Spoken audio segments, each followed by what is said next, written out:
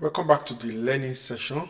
Today we're going to be talking about CSS and everything that you have to know about CSS. By now you must have completed all the HTML classes on YouTube in the previous session, and now we're going to move to CSS and we're just going to give it all at once today.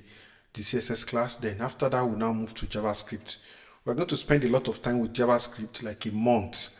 After learning the basics of JavaScript, we will build a lot of projects with JavaScript first of all, before we now move to other JavaScript frameworks and the likes.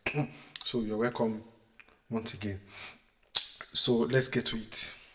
Begin with what is CSS, and we'll take it off from there.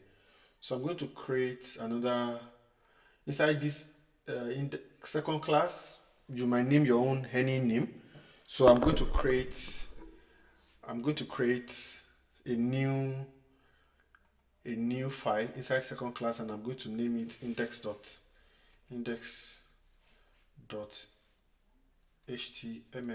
Okay, so that's index.html. Then you know, by this time now you know how to bring up HTML5. Now, so there's going to be a new approach for how we would manage how we open our pages going forward. So we're going to be serving it via the server. So I'm going to encourage you to install a new component, uh, a new extension called Live Server. All right. So you're going to install this particular extension called Live Server. I already installed it. So the moment you have Live Server installed, so here, just down here, okay, this is blocking it. Just below my image, just look at my mouse below my image. So you are going to see port 550, or yours might be Live Server. So you're going to click on it. So now server is now live. Can you see it? The server is now live. You see port 550 just here. So you can now click to run live server just down here under my picture. Let me take my picture a bit up so that place can be a bit clearer. Okay, so here this go live just below here, this section. Okay, so you click on it, go live, so it will start. So automatically it will bring it to live. Okay, so you don't need to go and be clicking the file from your browser any longer. Sorry, from where you are writing, from where you store the file. So as you can see it now, 127.0.01. So this is the localhost address. All right, so this is where the file is being served from. All right, so that is how to use server to feed, or use server to process your web page, or to render your web page. Exactly. So use server to render your see server started on port 5500. Okay, so that's about live server. So we're going to be starting with CSS. I'm going to change this title to CSS class. Then here I'm going to have H1. You must have been familiar with all the H tags now. So H1, welcome to CSS class. All right, so that's inside the body. Like I said, everything must be inside the body. So we have 3 ways to which we can use CSS. So first of all, what's the full meaning of CSS?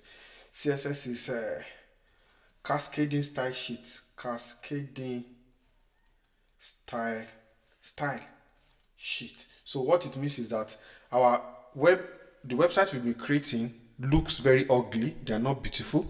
So if, like I said, during the course of the training, if anyone develops such a website for you, you are not going to take it. So what makes the difference is that we are going to be transforming that web page and use CSS to make it beautiful, presentable, such that we will be able to engage with clients or whoever want us to develop website for them. So that's how to handle that. So that's cascading style sheet. So I'm going to bring my picture again down so that we can now focus. So that's the full meaning of CSS. There are three ways. There are three ways of using CSS. Three ways. One, so there are, so I'm going to create another paragraph now. So there are three ways that we can use CSS.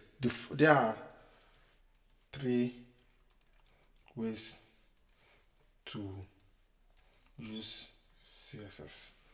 So the first one now is going to be, so we're going to use ordered list. Ordered list. So the first one, which is going to be the first way to use CSS, is inline styling. It is called inline styling. So we have, after inline styling, we have internal styling, and I'm going to explain all of that. Internal styling. Then we have external styling. External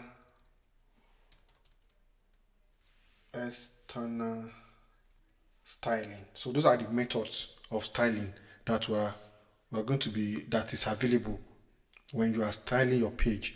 So let's first of all start with inside styling with this particular page itself. Okay, so if I want to style, for instance, H1, this H1 with inline styling. Inline means I'm styling inside the HTML elements.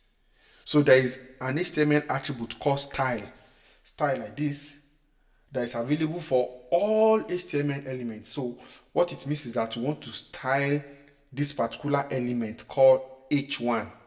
That's what that means. We want to style it. All right, so we can style the whole body.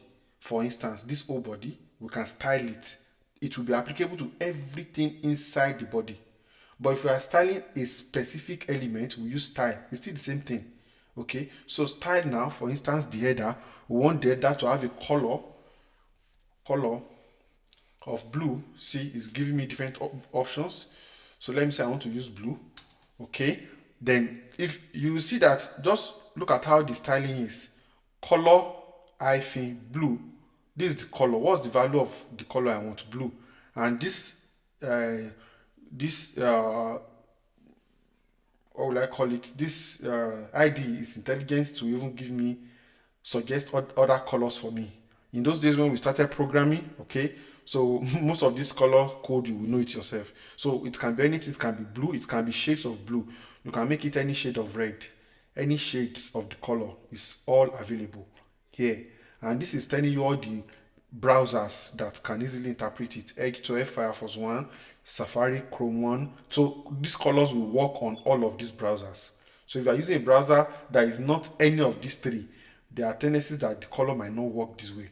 Okay, so the browsers are all built to be able to all the browsers are built to translate or to interpret, to interpret everything HTML is given to it. So what the browser does, for instance, for this page, is that it will read the page and follow all the instructions. So as it gets to H1 and it sees that the instruction is that give this H1 this particular color, that is what the browser will give you exactly. So the browser followed the instruction from up down. So you are saying style, let the color be blue. So after that, if you want to add another color, for instance, we'll put this semicolon. This is column. Then after this color, this is one style.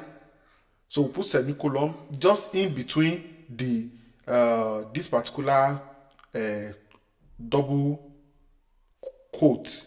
Yes, so this is double quote now. So in between the double quote. So after this particular one, I'm going to type another call test align. So there are a lot of CSS styles that is available. Thousands. Nobody can know all of them. Okay, so don't be ahead of yourself to say, oh, what does text transform does, text shadow, text index, text rendering. See, there are a lot of different styling. So it is the one you want to use per time that you use. So this time we want to just simply use text align. So and we are it's giving us the option which alignment. Do you want it to align to center, to end, to justify, to left, or start? Okay, so now I want to put it at center. So if I hit now, because I am on autosave, so check that you are on autosave. So if you're on autosave, your live server is going to be showing almost instantly. So I'm going to go back to the browser. As you can see, welcome to CSS class. It has moved it to the center. This is H1. The color is blue, and it has moved it to the center, away from every other one. Okay, so if I do test align end, for instance, okay, it will, by the time we go back to, it has pushed it to the other end. So you see it now. So this is how you style your HTML page, and that is what we call internal styling. Styling something internally. So here I can also say style. For instance, I can give this maybe background color. Okay, background color of black, of dark. Is there any color called dark? No, black. Okay, so first of all, I'm going to say, okay, background color. All right, so no, border. It's not border. Background color. So I'm going to choose background color of black. All right, so that's black for the CSS cascading style sheet. If I come back here, as you can see, all the length where the element is. The element is there. Can you see it's cascading style sheet? Is inside, because it's black and the color is black, you are not seeing it. So what should I do? I should just change the text color. Okay, so color now, I'll just change the color to white. So when I do that, you will see cascading style sheet white came up. So that's how to style internally. All right, so now let's go to, sorry, inline. That's what we call inline styling. Inline. Okay, so that's what we call inline styling. So you style each component. You can style this one. So if I come here and style, if I put style, for instance, this style will be applicable to everything we have in here. Okay, so if I say font size of medium, large, or larger, or let's say medium, you can see everything inside inline, everything inside the ordered list is going to be affected by this particular style, because these are all child elements of OL. Okay, now we will get to, when we get to JavaScript document object model, we're going to be dealing a lot with child element. So this is here, this body is the parent element of all the elements inside the body. Okay, so this H1 is a child to body, P is a child to body, this other P, they are all children, including ordered list OL. They are all the same level of child level, but L1, for instance, is a grandchild to body.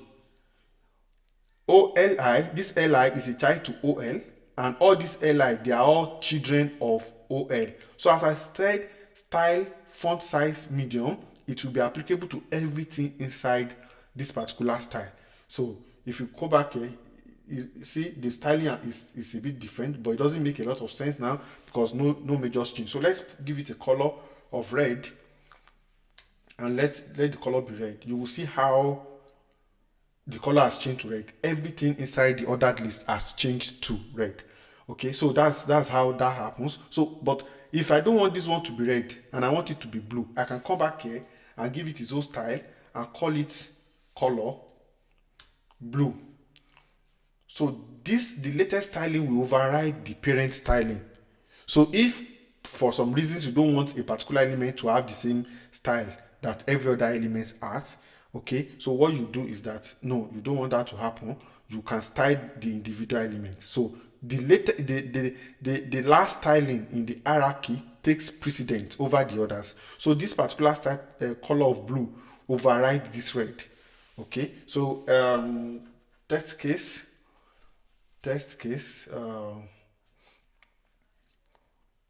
text transform. Okay, we can transform the text. So we can transform this internal, you know, it's small letter, we can transform it to uppercase, so everything becomes capitalized.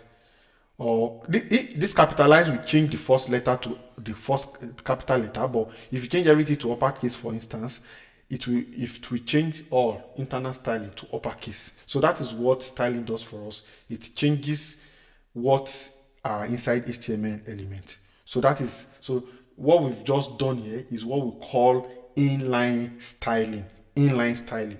So we're going to move next to internal styling. So that's CSS internal styling. The internal styling is going to be placed inside the head section, and the browser will read it. When it sees style, it will know that that's the style applicable to everything we have here. So here, so I can easily proceed to say then what the HTML tag we're going to use for us to be able to style, to put a style sheet here, is by doing style. You can see it's just style. That's the name of the HTML element that handles that. So style. So inside the style, we'll click H1. We're going to say H1. So we are saying that anywhere you see H1 within this particular web page, please make sure you apply this styling to it. So H1, curly bracket, open and close. So we're going to put the property inside. So what's the property? Exactly the way we have it inside the style in the inline styling. So we can say change all the colors.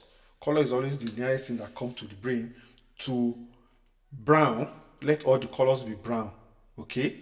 Now then we'll down say text align for every element is for this particular H1. Let the text align be left.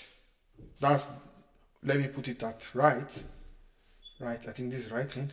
Right. So everywhere you see H1, okay, it is going to apply this particular color. But now this H1 already has a style. This style will not work for for this particular H1, because this H1 has its own inline styling that overrides the internal styling. So, but if I have another H1 for instance, I think I need to change this one to small letter H. So if I have another H1, look at the styling of this one. This one will this blue will override this brown.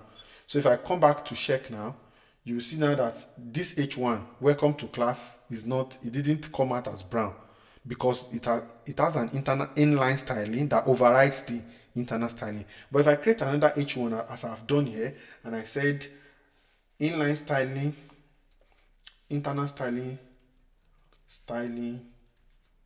to apply. So here, what you will see is that internal styling to apply. But you will see here now that the text align right is applicable to both of them. That's the right side. But this one, end and right, is almost the same thing. Let me remove this end, text align end, from this one. You will see that both this H1 and H1, they will all move to the right side of the page. Can you see the internal styling? Welcome to CSS. Both of them, they are H1s, but this one pushed to the side.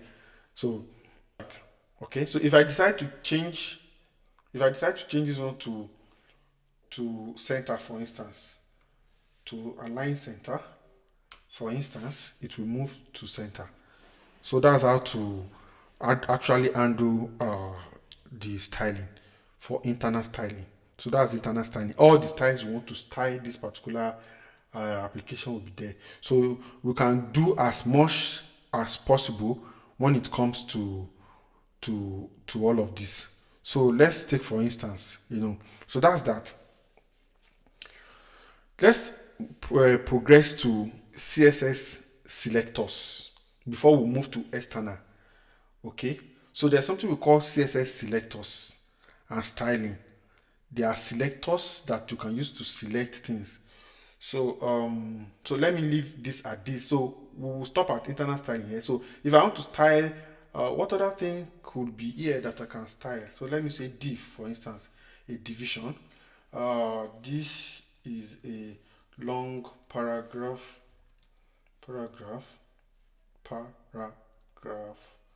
showing showing. So this div also, if I want to style this div now, I'll just, after this curly bracket, I will add another div. I'll say div. So go to this page, look for all divs. So what do you do for all the divs? Text decoration should be line through.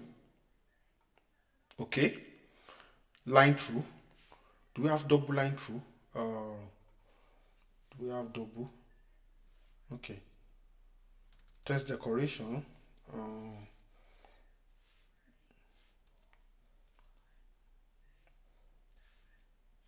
Okay, line through.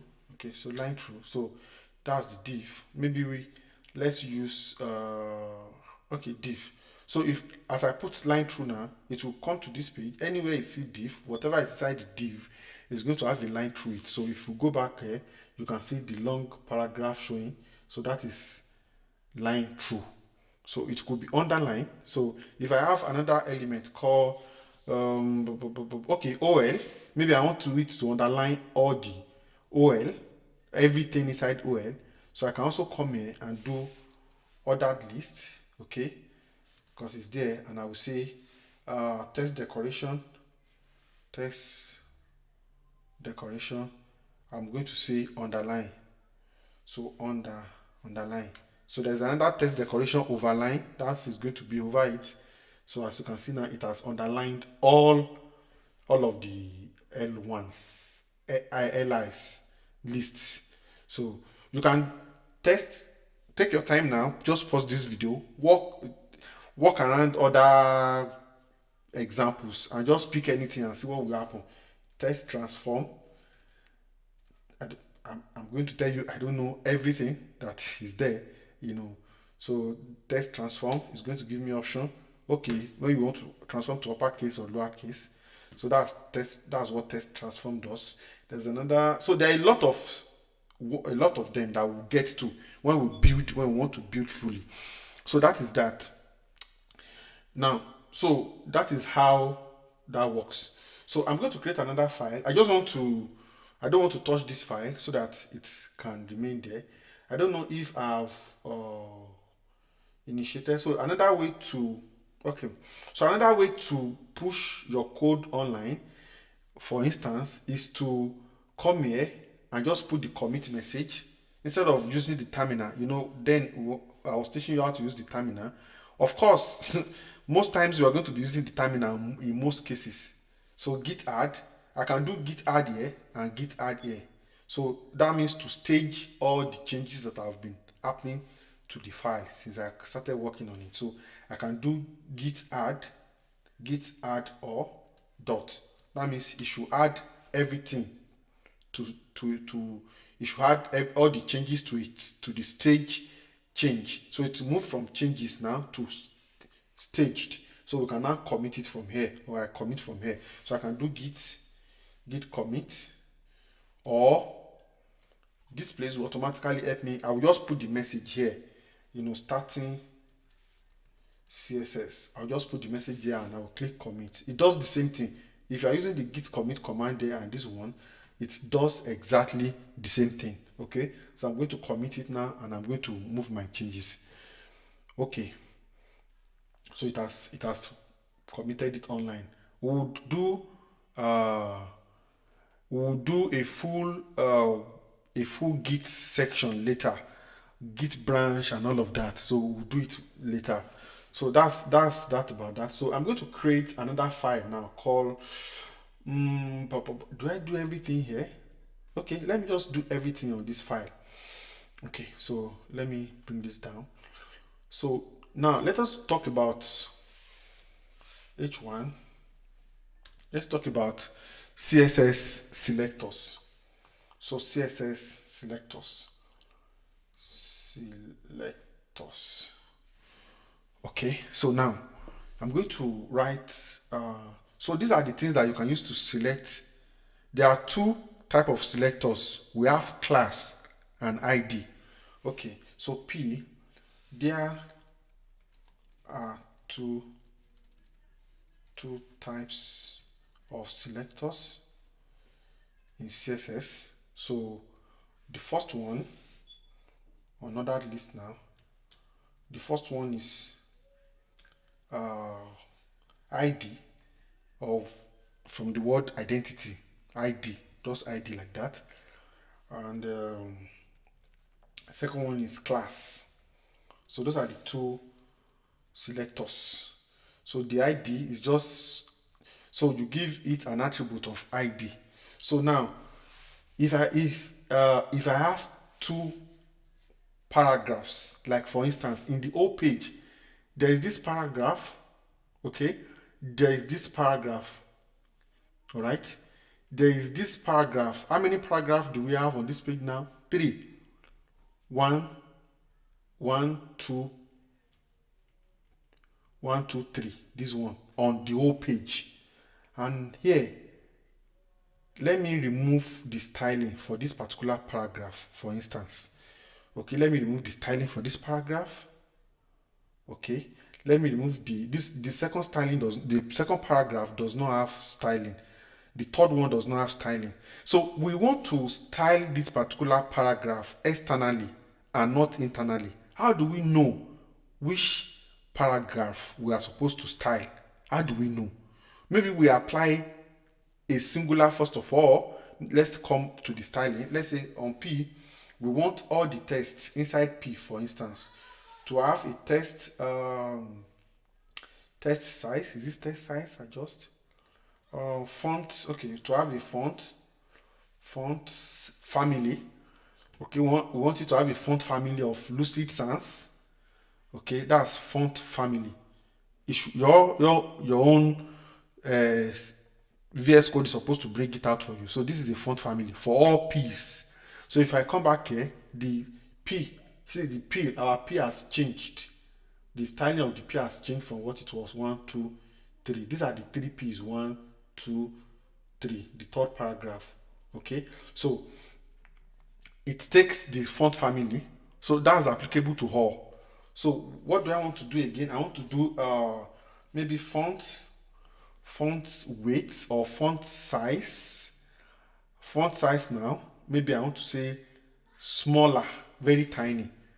Okay, so it has reduced to smaller font size. So this will be applicable to all the paragraphs. So what if I want to style only this and I did not want to apply it to all the paragraphs, and I don't want to use inline styling? I don't want to come here and put style like this to style it differently.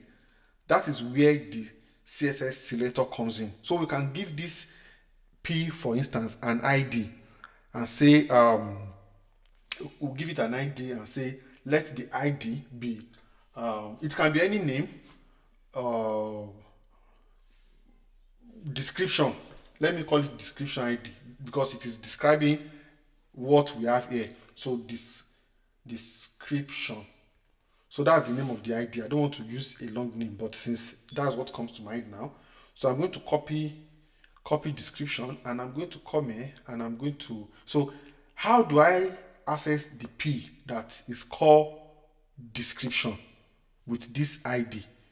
So what I will just do is I'm going to come here, I'm going to use the hash sign, hash.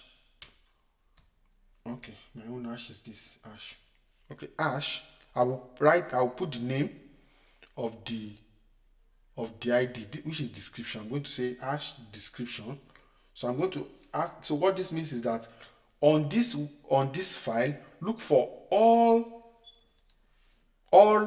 elements with the description, with the ID of description, and apply this styling, for instance. So I can say give it a color. Color is the thing that comes first to mind. So as a code hash or hash 0066cc. So that's blue. Yeah, so you should give it that. All right, then it should now, what should you do next? Font weight. You should give it a font weight of bold. Font weight So bold, I'm going to use bold. There are a lot of font weights. So what in this case now, it will only apply this styling to any element within the page that has the description of that has the ID of description. So if I come back here, okay, where is the exactly? Look at it. This is it. This is more bolder than every other paragraph. This is one paragraph. This is another paragraph. This is another paragraph. But in this case, this one is more bolder because the description is applicable. The ID description is applicable to this one. So if I want this description to also be applicable to even this div, this is a long paragraph or this is a div. This is a div. This is a div element. Let me change this to div element. Okay. So if I want it to be applicable to this too, I'm going to come here and give it ID, the same ID name of description. And my system already knows that there is an ID I've created here. Look at it, called description. And that is what we have here. So in this case, it is only elements that have the description ID that this particular style will be applicable to. If you come back here and you say this is a long div element, you see they are the same color and the same bold, but it has its own additional inline styling. Div, okay, so it's taking this particular div, good one. So this particular div now is taking, there is no inline styling, but there is an internal styling for div, which is this text decoration line through. So it's taking it. So if I want to override the text decoration line through now for this div, because I don't like the way it is line through, I can come here and add the style to it and say style. This style will override it, text decoration, and I will say none. I don't want any text decoration to be applicable. So this text decoration will override this particular line through, and you will not see any line through again. Okay, so that's how all of this works. So those are the advantages of inline. So what are the advantages of inline styling? For instance, if you are working on an application and that application styling is somewhere external, and your boss asks you to just effect change a color of a paragraph within this web page. So instead of you to go and look for where this particular div is being described, or instead of you to come to description now to change this particular to make a styling that will affect all other description, you can just apply it to the element alone. That's the purpose of this inline styling, as we've seen. But in most cases, it is very important that you avoid inline styling and when it's getting too big, because it will make the code very clean. So that's why it is important. You just use ID, so you can give this div a unique ID that is only applicable to it. All right. So another type of selector is class selector. All right. Class selector works almost same way with just like every other the ID as well. So let's use class selector for so we write to you in humble at accept our application. Okay, so this is a paragraph. So we want to give this paragraph a class. So now we're going to call it class, not ID. So we're going to say the name of the class is special class. So how do we style special class? So come up here, we do dot special. So you use dot for classes, you use hash for IDs. Okay, again, you use dot for classes. So if the attribute name is class, you must use dot special. If the attribute name is ID, is the attribute name is ID, you must use hash. Okay, so special now, so we can say color. It's always color that comes to mind. Color red for attribute special, then font style. So we can say font style. Maybe we want to do a font style for this and call it italic font. So it's going to be an italic one. So as you can see, we write to you in humble art in an italic format. Okay, so that's internal styling, and that's how it works. Okay, so what other thing do we? So that's sorry, that is how CSS selectors actually work. So let's go to something we call CSS box model. So how box works? We are going to be working with boxes a lot, things like padding, margin, padding and margin. You work with it a lot of time. So now I think this is the best time to explain um, to this is the best time to use external styling so that this page can be a bit neater. So we've done inline styling. You already know what inline styling is. You already know what internal styling is. This is internal styling. So let's go to external styling. So which is the last one? So we'll come here. Here we'll come here and create a file inside our second second class. Don't forget, we'll name the file style.css. Style.css. You can name it anything, but the extension, the naming, this extension must be CSS. So you are telling the web page when it's reading this file that this is a CSS file. So I'll click enter. So by default, it is a CSS style. So I'm going to come to the header, for instance. I'm going to okay. I'm going to leave everything here, but to make it neat, I'm going to remove everything inside style. I'll copy it. Okay, copy it. I'll remove the styling itself, or should I leave it? Okay. So what I'm going to do is I'm going to let me leave it and copy just few so that anyone who comes back to this can, maybe you want to come to my code to see, to cross check if this is exactly the way it's supposed to be, but we have to move it now, and because it will make this page cleaner. Okay, all right, so let me leave it. I'm not going to remove it so that anyone that want to come, so I'm going to create another file called index.html. Which name can I give it again? Oh,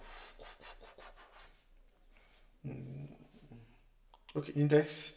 So I'm going to call it contact.html. Okay, so this contact.html will bring HTML5 up. Enter. Okay, so we want to use external styling in this file. Okay, so we want to use external styling.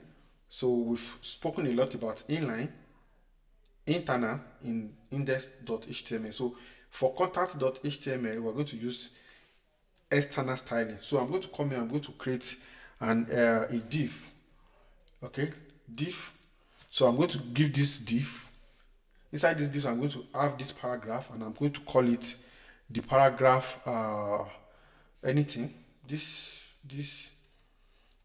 is a box model example. Okay, so this div, I'm going to give it a class called box class box model. Okay, so but I'm not going to create the style document here. Box model. So I'm not going to create the styling here. I'm going to put the styling inside style.css. Okay, so let me go to contact us. So this div now, or this paragraph directly. So I want to come here and just do paragraph. Just we are typing straight in, like the normal way we wrote the styling in index.html. Look at it, HTML. You see ht1, the way we wrote it inside there. So that's how we're going to write it. P. You see paragraph, color blue. Okay. Text text overflow, text shadow, OCM, OCAP,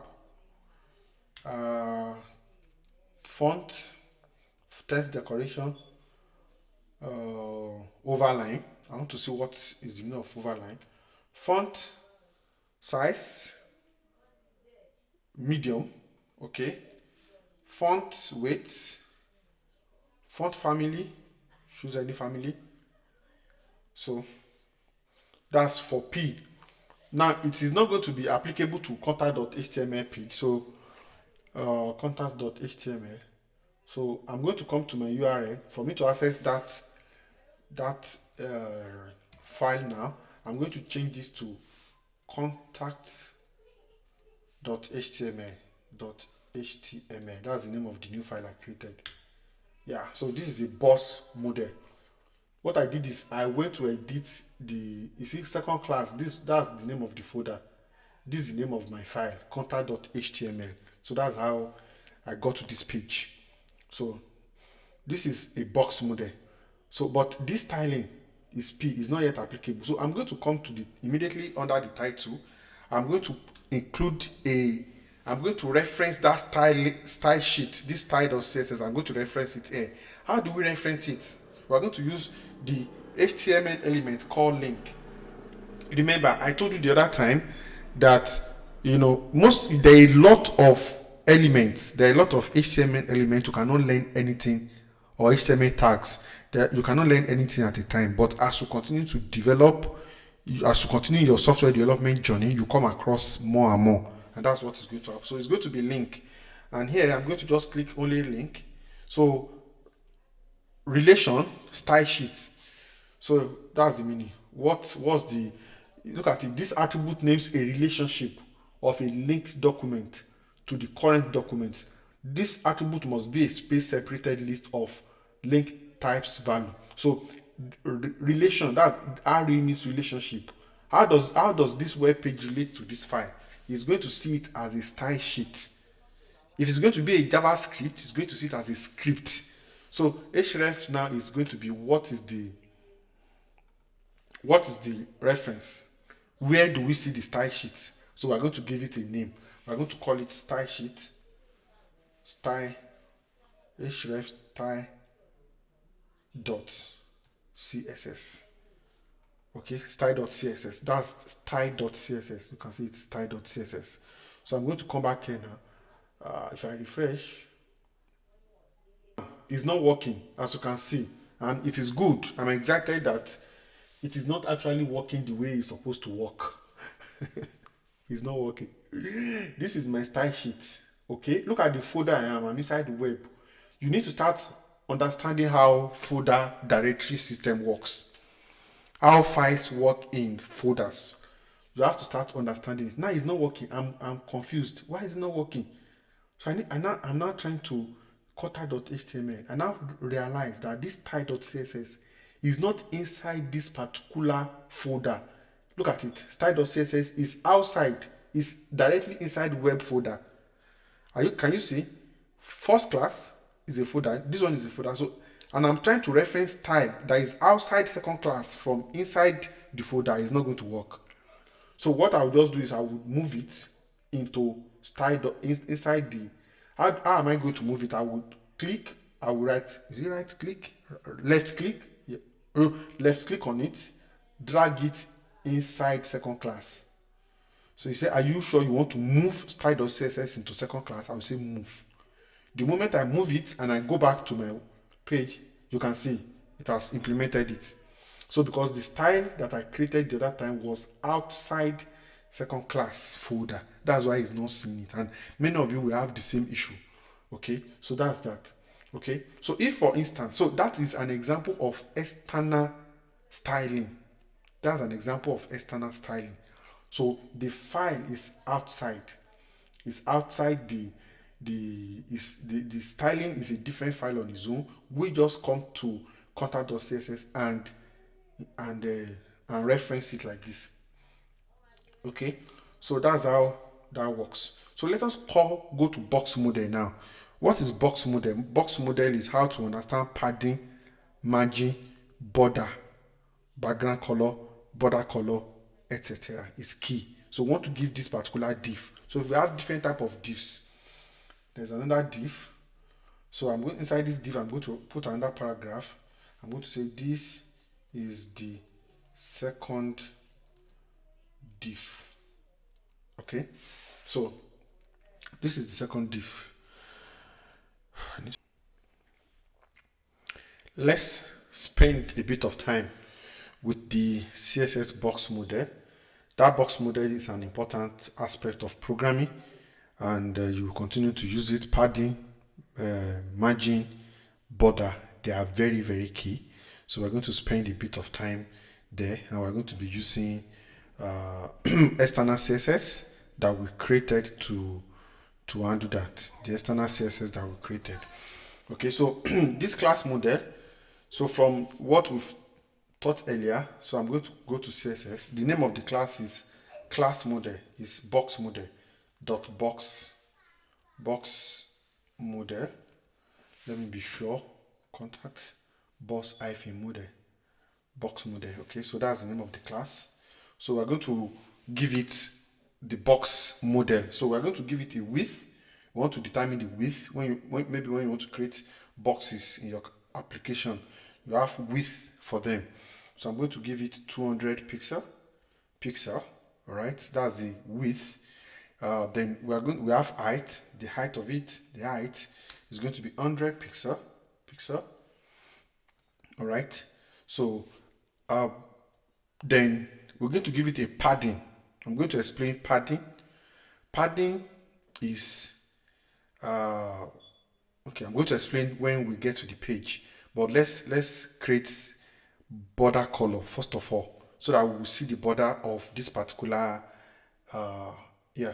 The moment I gave it an height, just check. The moment I gave it an height, this one pushed down. The moment I gave this div an height, let me remove the overline text in this one. So for customer, for contact dot, for this div, we are styling this div, this box model, we are styling it.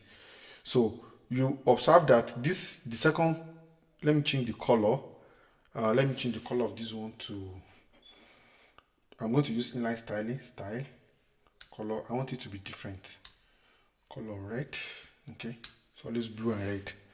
Yeah, so that we can see.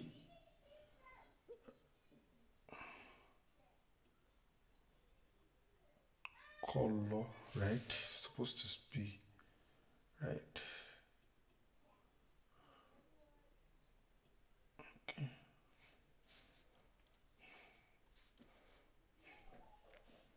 I think it's supposed to be color red. Yep. Okay, so it's supposed to apply directly, but just let's, so that we differentiate it. So the moment I said this box should have height of 100 pixel, you see that this second div pushed down, because we must that this create an height of 100 pixel for that particular box. I've removed the height now, it has returned back. Okay, so the moment I return the height back to it, the height back to the box model, it pushed it down, because the height of that particular box is expected to be 100 pixel. No, nothing can be there. So I need to give it a border now. Border, there is another core border. There is border radius, border bottom, border color, but we can apply border to it. Then there is also border radius. I'm going to explain the border radius. Border is just the border that is around it. So I'm going to do border. So this border, I'm going to call it, I'm going to define the thickness of the border, the thickness. So I'm going to say the thickness of the border is going to be 5 pixel. That's the first one. Then there is solid. So do I want the border to be solid or break line? So solid, there is solid. Okay, that means it's going to be solid. Then there is the color. The next one after the thickness, the type of the border, then the color is going to be the next thing. So we're going to give it a color of black. Okay, so if I go back here now, you can see that's the border. The thickness of this border is 5x. The color is black. The thickness is 5 pixels. If I increase this to 10 now, it becomes more thicker. You see, it becomes more thicker. If I increase it to 20, it becomes much more thicker. So that is border. So there are three box properties. We have border, we have padding, we have margin. Padding is internal. Margin is external. Okay, so I'm going to explain more in as we progress. So I think after, okay, so the border we have solid, we have, for the border we have solid, we have dotted, see, dotted. If you look at it now, look at it dotted. So it's a border with dotted. Let me reduce to 10 so that it doesn't, or 5 rather, so it doesn't look too big, so that we can make sense of that. So you can see dotted. All right, so then we have dashed. Is it dashed? Yeah, we have dashed. I'm just dashed. So yeah, you can see dash is different from dotted border. So there are different, there is double line, there is groove, there is ridge, there is insects, there is outsets, there is a lot of them. Okay, so let's do bridge. Is it bridge? Ridge rather. Ridge. So look at it, look at ridge. The way ridge looks like is a bit different, just like a frame of a picture. So you can put this as a picture frame. It will look like that. So there is insets. So there are other ones, you can check them out. You can just Google and check them out. Look at insets. The color here is black. The color here is gray. That's insets. There is outsets. There is groove. You know, there is double. Double is double line. So double simply means double line. So double will give us double line. Double. So it's rare that you see cases of all of them, but who knows, you might come across cases of all of them. So that is so that's for border. So I'm going to put it as solid. So this is explaining the CSS box scenarios that is possible to actually happen. Box model. So after border, we now have what we call padding.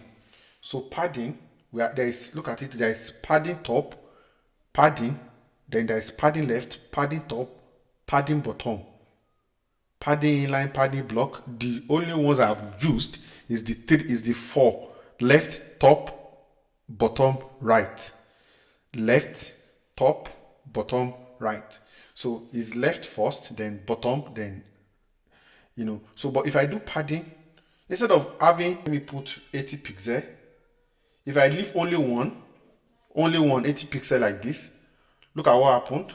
Automatically it increased the size of the div, because from here, that's padding, from here to here will be 80, from here to here will be 80, from here to here is 80, and from here to here is 80. So so when I have padding and I put only one value as the padding, it applies to the 4 of them, to the 4. But if I put 2, let me put 80 pixel here and 80 pixel here, we are referencing top, left. That's padding top and padding left. So you will padding top. I don't want it to confuse you. Padding top. So let's understand what that padding top means. So 50 pixel. So this will be applicable to the top of the box, 50 pixel. All right. So padding bottom, that's at the bottom of it. I want it to be 90 pixel. You see, from here to here, that's the bottom, 90. Top is 10. From here to here is 90. Sorry, top is 50. Top is 50. Bottom is 90. So padding right now. We can make it 100. I just want it to be obviously different. You can see right from here to here is 100. Okay, is there any 100 pixel? Let me change this one to 5. I don't want to use big 10, then 20. Yep, so it becomes smaller. This is right 20. This is the right hand of this. Bottom is 10, then top here is 5. But if I want everything to be the same all around, so bottom right, let me do, then bottom left, padding bottom now. So let me do padding, okay, padding top, padding left now, sorry, padding left. So this one is going to be right is 20. Let me do left of 22. So then padding top of 10. So padding top is 10, bottom 20. Padding right 20, padding left 20 pixel. Okay, so this way, you see, is perfectly matched. So that's what padding does. Bottom right, left pixel. So, but if you want everything to have the same padding for all of the codes, for just one padding for all the top, bottom, left, right, we can just put it at 10 pixel, and that will be applicable to the 4 padding. Refresh. So that's how padding actually works. Margin is external. Padding is internal. So if we want to do margin top, that means we want the distance between here and every other element, the element on top of it to give a distance. So we'll say margin top, for instance. Margin top, we give it margin top of 40 pixel. You will see it's going to push it down. You see here, between here and here is that 40 pixel. So if you want to do margin bottom too, that means we want a space between here and here. So we can do margin bottom, and that's going to be let me call it 70 pixel. So it's going to create a distance 70 pixel. So if you want to do margin left, that's from here to here. So margin left.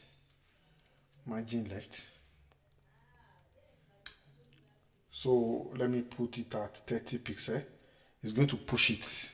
You see, margin left 30. So that's how, CSS box model works. All right. So that's how CSS box model works. So let me put background color to make it of black. I always looking blue, black, brown. Okay. So you see it now. So background color is inside. So that's how box model actually works. All right. So you use padding, border, margin. So those are the 3 box models for that is available. We will continue to use them as we progress. Then you understand it the more. So you just play around it, padding top, padding. Look at how everything changes. Okay. So the next thing we want to look at is Flexbox layout. Okay. So this Flexboard layout, we're going to create additional div just below this.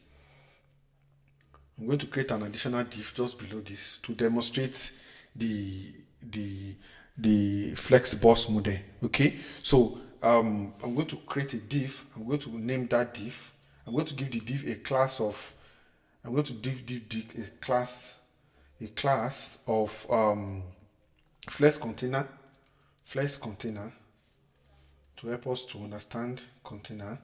Okay, so inside it I'm going to have 3 different other divs which will be flex items. So I'm going to have div class of flex item. So we are going to have 3 of them. Okay, so flex item, 3 flex items. So each inside there I'm going to put 1, so we can differentiate 2, 3, so that we can differentiate between them. So now we'll go to our styling to go and style that. So we'll go to, we are styling the flex boss and the flex items. So because it is a class, we use star. So flex container first, flex container. We'll style the flex container. Okay, so we're going to give it a display of flex. Flex means it should allow it to be side by side. Flex, side by side. All right, so I'm going to give it a display of, we'll see the different type of display. There is flex, there is block. Block means nothing should stay by the side. Okay, so flex means it should be a flex just on a line, in a row. Okay, they should all be in a row. All the items inside should be side by side in a row. That is flex. So flex, we'll use flex a lot when we start Tailwind. Flex column, flex row, flex one, and different type of flex. So that's display flex. Okay, so it's saying that every item inside it should have a display of flex. So we'll justify the content. The content inside to be spaced around. Justify content. So space around. There is baseline, center, end, flex end. That means it should start from the end, or flex start should start from the beginning. If it is space around, that means it should put space around it. Okay, so space around. So then background, we're going to have background color. All right, so we're going to have a background color of light gray, light gray, just a gray that is light. Okay, then we would now have a padding 10x. We've already explained what padding is. Padding 10x, 10px. So this 10px means that the padding will be applied across, up, left, bottom, right, across 10x. So that's about the flex item. So you can see it now. 1, 2, 3. They are seated side by side. Let me remove this type so that we can see it. You see now they are 1, 2, 3. They are just one after the other. But because of that styling, this styling, it changes to flex. Display it. Let me remove flex now. You will see what flex is doing. You see? Flex simply bring those divs to be side by side each other. So it will help us to put two different bosses, like this type of boss now. We can put two bosses side by side, to create a content, So that's so I'm going to return it back. Display flex. So after that, we're going to style the flex item. So flex item. Okay, so flex item, we're going to give it a different background color so that it will be a bit different. We can see the difference. So let me just give it a background color of blue violet.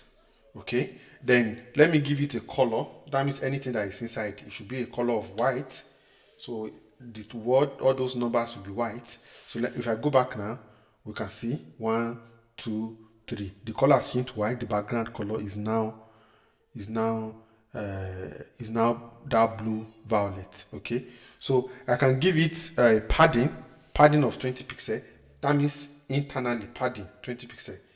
So padding 20 pixel. Then after that, we'll now move to, so that's padding of 20 pixel. Can you see now? It's making sense, kind of. Yeah, so that is that color is coming up.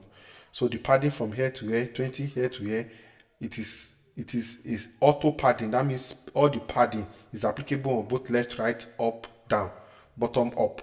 So that's padding of 20 pixel. You can play around it, change it, and let everything turn. So I can say test size or test shadow. Let me see what test shadow will mean. Doesn't even make any difference now. So I don't intend using test shadow. Actually, I wanted to write font size. So font size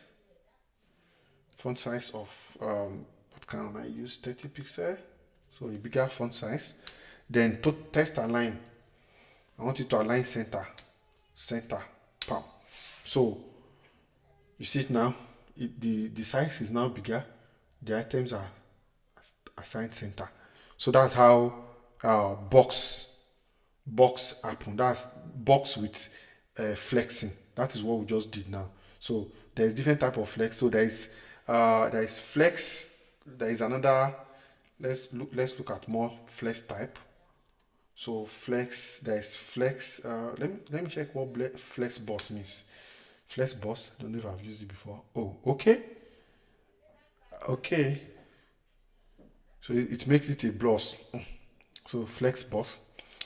There should be flex end. That's end. I use tailwind a lot. Flex end. End. I think there is flex end. There's no flex end. Okay. So I think I have different type of flexing. So the flex we just put it side by side. We'll see other types of flexing that is applicable with time. Okay. So that is about that's about contact. Yeah. So that's about that. Okay, so we need to move next. This is all about styling. We'll build a different, totally. We'll build a how will I call it? A full. Um, we'll build a full personal profile now with CSS and HTML soon. Okay, so we'll first of all write the content for the HTML. Then we'll now use CSS to style everything. Okay, so that's that. So the last one I think we need to do is CSS transition, and we'll talk about how to make our website kind of mobile responsive. So for media screens that are very small, so we'll explain what we are supposed to do with them. Now build a banking landing page from beginning, from the start. We're going to build a bank landing page from the start with our HTML and CSS. So I already have the HTML somewhere. So I'm going to copy and paste the HTML inside this particular bank. So I'm going to create, so you must create a folder, a different folder, different from every other folders that you've created. Like for me, I have, if you look at my desktop, I have web. That's where our first class codes were written. Then there is bank. That's a new folder I created. So, and I've taught you how to create a new folder. Just left click. Is it left click? Left? No, right, left, left. Okay, right click and create a new folder. Okay, and name it bank, just like you have it. So put it on. Make sure you don't put it inside the web folder that you've been using to practice. Let it be a different folder outrightly on its own. Okay, so bank, and make sure you open your VS Code. You click open folder, then you open that particular folder you've created. I've explained all of that in the HTML video. So then here we'll be able to create Git, because I observe some people have issues with Git already in terms of how they push their code to Git. So I'm going to make a little mention of that. All right, here. So I'm going to create that. So what I'm going to do first of all, there are different methods of using Git. So you can use the terminal. Then you can as well use the terminal here. How do you access the terminal? You go to up here, you see terminal, new terminal, it comes up, or you just yeah. So this is bank terminal. All right, it will be pointing to your folder. Your own terminal, the way it's going to look might be different from my own, but I've configured this not to mention some other long file directory, so it will only speak to the directory that I'm working in directly. Okay, so that's why you have it bank, so it might not be almost the same with yours. So how do you confirm if there is Git? It's very simple. Git -v. So Git version 2.46, that's what I have installed. Okay, so I don't want you to use the other method you can use for Git, but it's important to get used to writing Git command from the console here, or from the terminal, so that but there are other easier options that I can speak to. That will be later when we are done. So what I'm going to do is, first of all, before I create my file at all, any name you wish to call it. So bank tutorial. All right, so I'm going to make it public because some of you will still come and copy the codes from there. So I'm going to leave everything as it is. I'll just give it only the name, and I'll click create repository. Okay, so what we will do is very easy. I'm going to do git init, which is the first line of code, git init. So I'll come here, git init. That simply means initiate git within this repository, git init. So it will initiate it. That is that and initiated. All right, then after that, I'm going to come back here and do git commit -m first commit. So this m means message. So I'll just copy and paste, copy and paste. It assumes that let's paste, enter. Nothing to commit because there is no file inside. So I'm going to create my first file, new file. I'm going to call it index.html. Okay, then that is created. I'm going to add it. I'm going to do git add dot means I want to stage this particular file. Is not yet staged. The changes has not been staged, so I want to stage it to git so that git can commit it. All right, so git add dot, enter. So it has added this to staging. So I can now do the first commit, which is git commit -m first commit. So I'm going to click enter. It has committed it, so that means there is no problem. If you follow the description of how I'm doing it one after the other, you would get it. So you might want to pause the video, follow it one after the other. It's very simple. So the next thing is going to be git remote branch, or okay, git branch m. So copy, I'll come back here. That's to change the branch from master to main. Git branch m. So this is the branch master, initial default branch, but now this command is going to change it to main. So see, it has changed to main. So we are now on main branch and the master is off. So I will go back here. I will add this git remote add origin,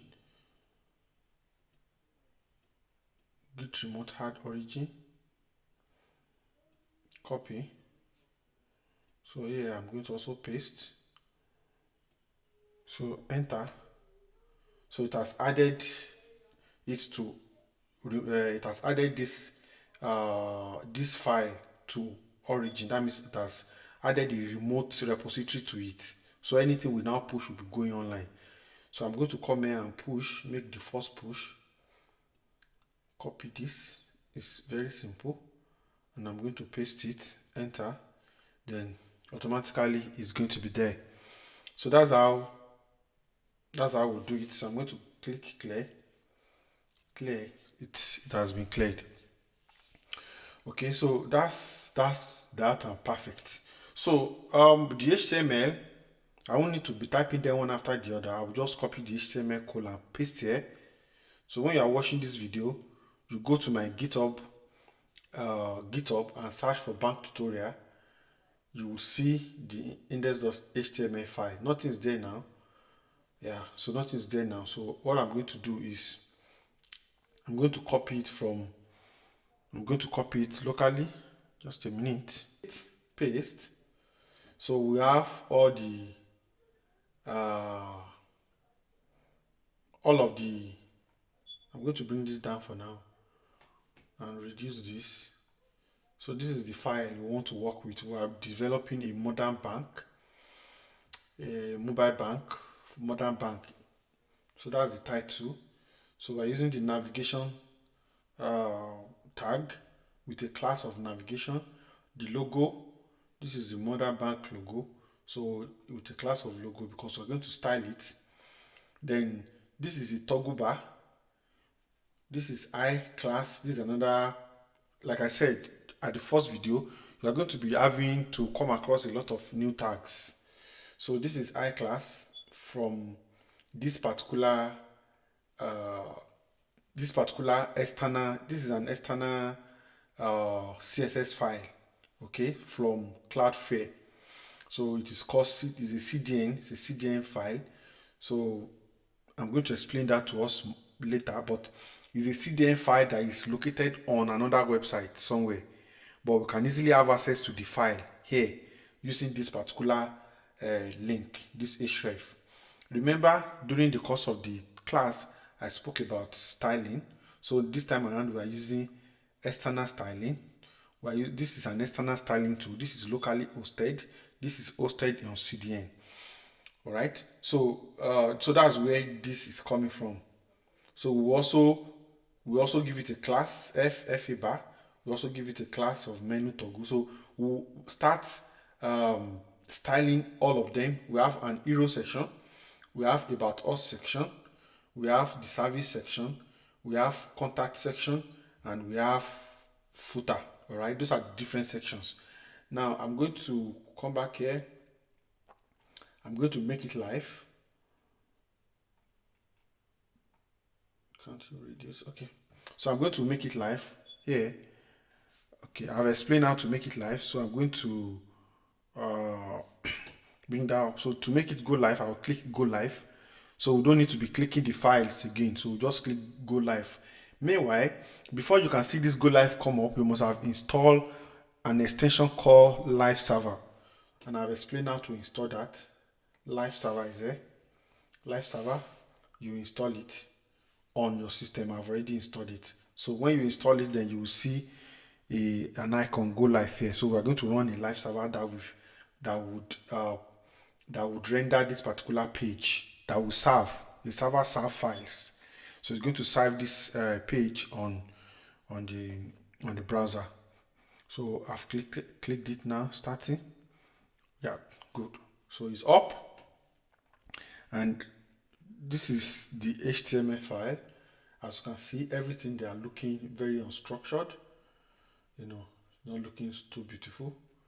The icons are there because the icons are from all of these icons are from the external CSS here. They are from this external CSS. That's why you saw anywhere you see I, it means icon. So, and by default with this class, so it is referring to a particular icon from this external CSS. All right, and that is why you see all those icons come up. Modern bank, but they are not beautiful. So our work is to style it and make sure everything comes to life. So we're going to start from the header of styling. So we're going to create a file called style.css. We already make that reference here. Okay, style.css in the same directory, style.css, and we're going to click enter. So we'll start writing the code, and we would, because the server is live down there, we don't need to be saving since we are already on auto save. As we are making the changes, we'll be seeing the changes here. Okay, this might not be totally perfect because I'm also writing it to see how everything changes, so it might not be the perfect design that you might want, but it will give us a representation of what we're looking at, okay, on how to style a web page and make it extremely beautiful. All right, so just follow through. Then when you are done following through, then you can now even twist it to your own taste and bring life out of it. Meanwhile, your assignment for this particular class is for you to develop your personal profile website that you developed in the first video. Now you're not going to use CSS to redevelop it and give it more beauty. All right, so that's it. Let's start with CSS. Here we are going to be focusing on CSS and not HTML. We'll only be going to the HTML to see the next thing we are styling. So first of all, let's give a style to the whole web page. All right, so how do you style the whole web page? It's very simple. Styling the web page is very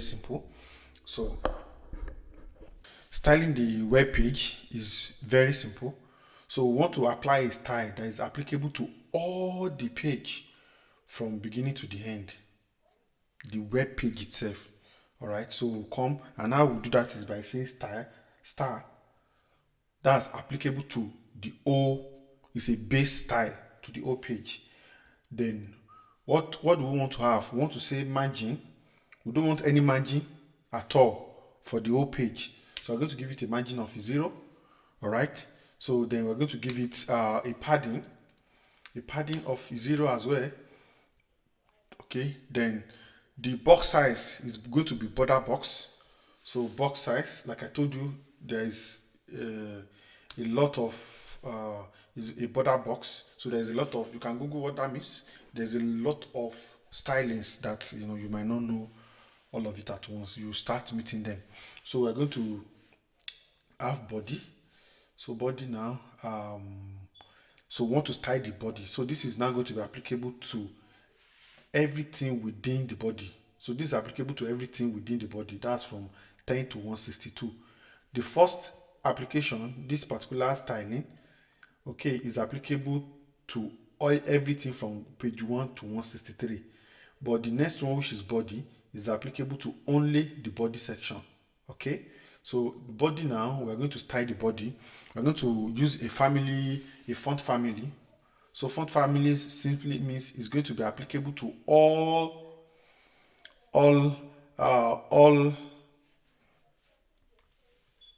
everything inside the application.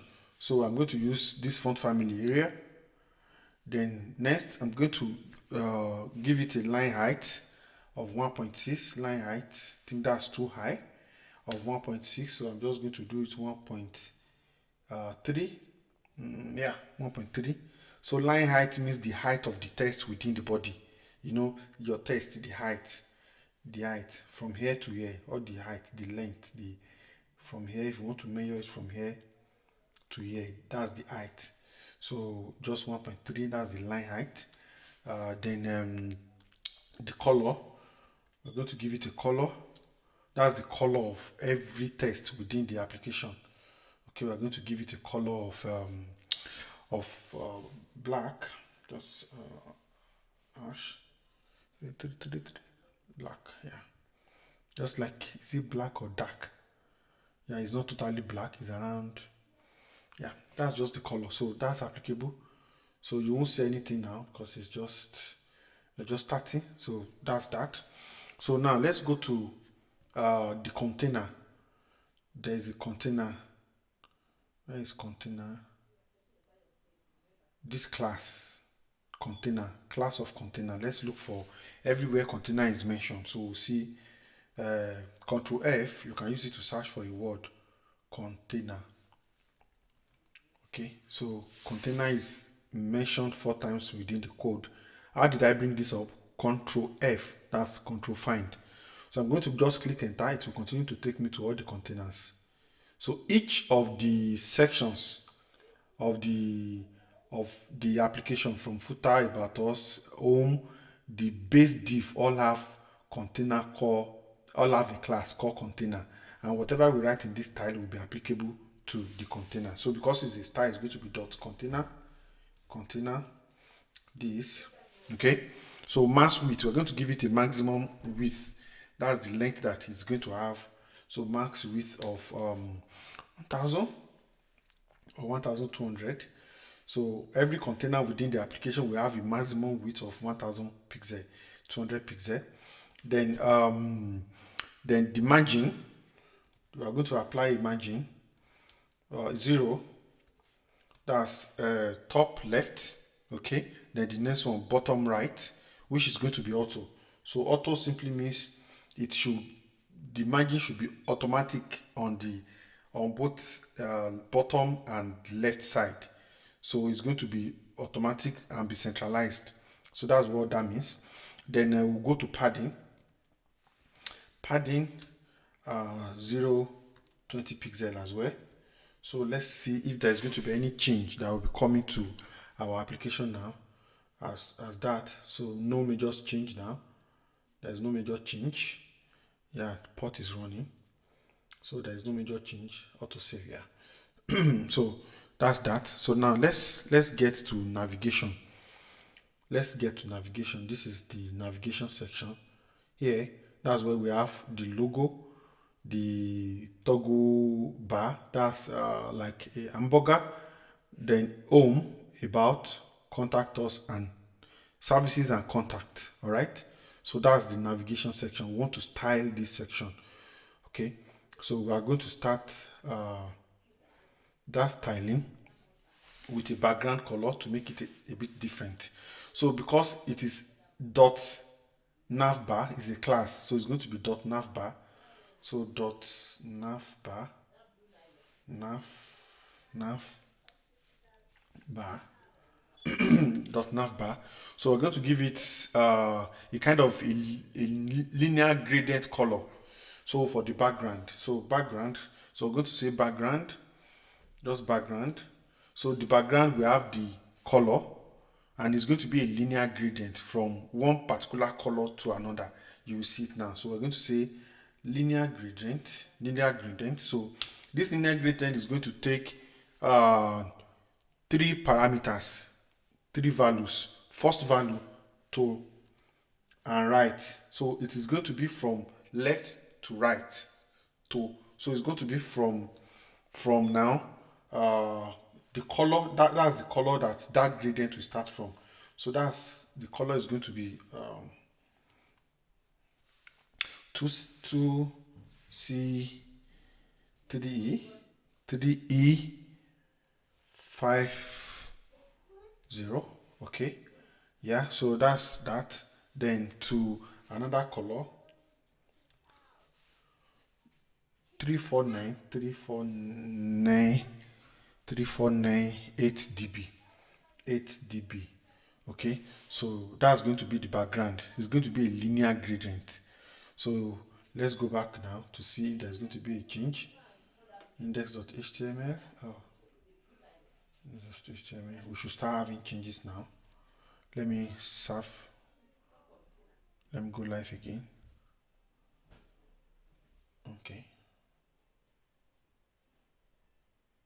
Okay, let's keep it going.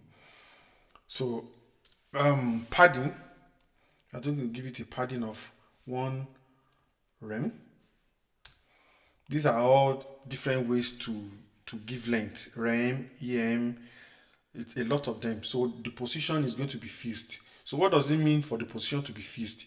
And I'm going to explain to you later. When we are scrolling on the page, we don't want the navigation bar to scroll. It should be fixed and not to scroll with every part of the application. You see now the navigation bar is nowhere to be found.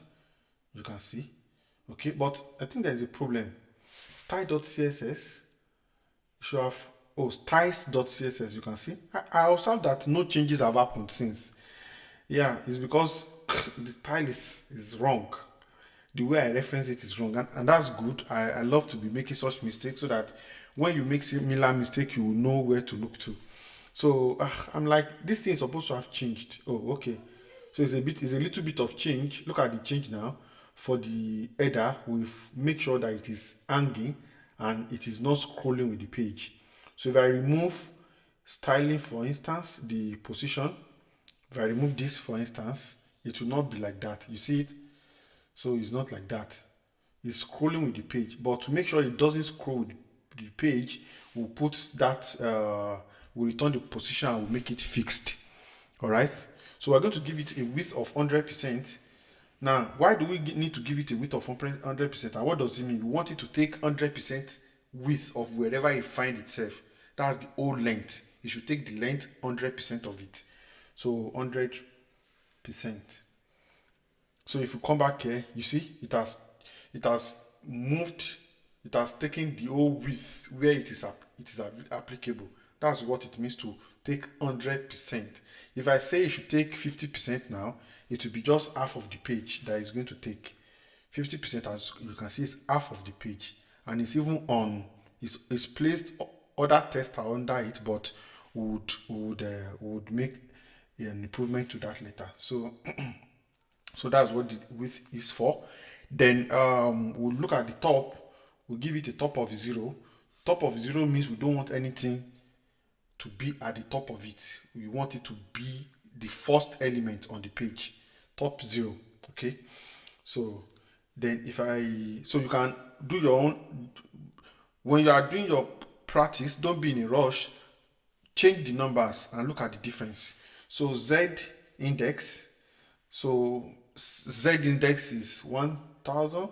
So what that means is that it should be indexing and it should not move. It's also similar to that particular fixed.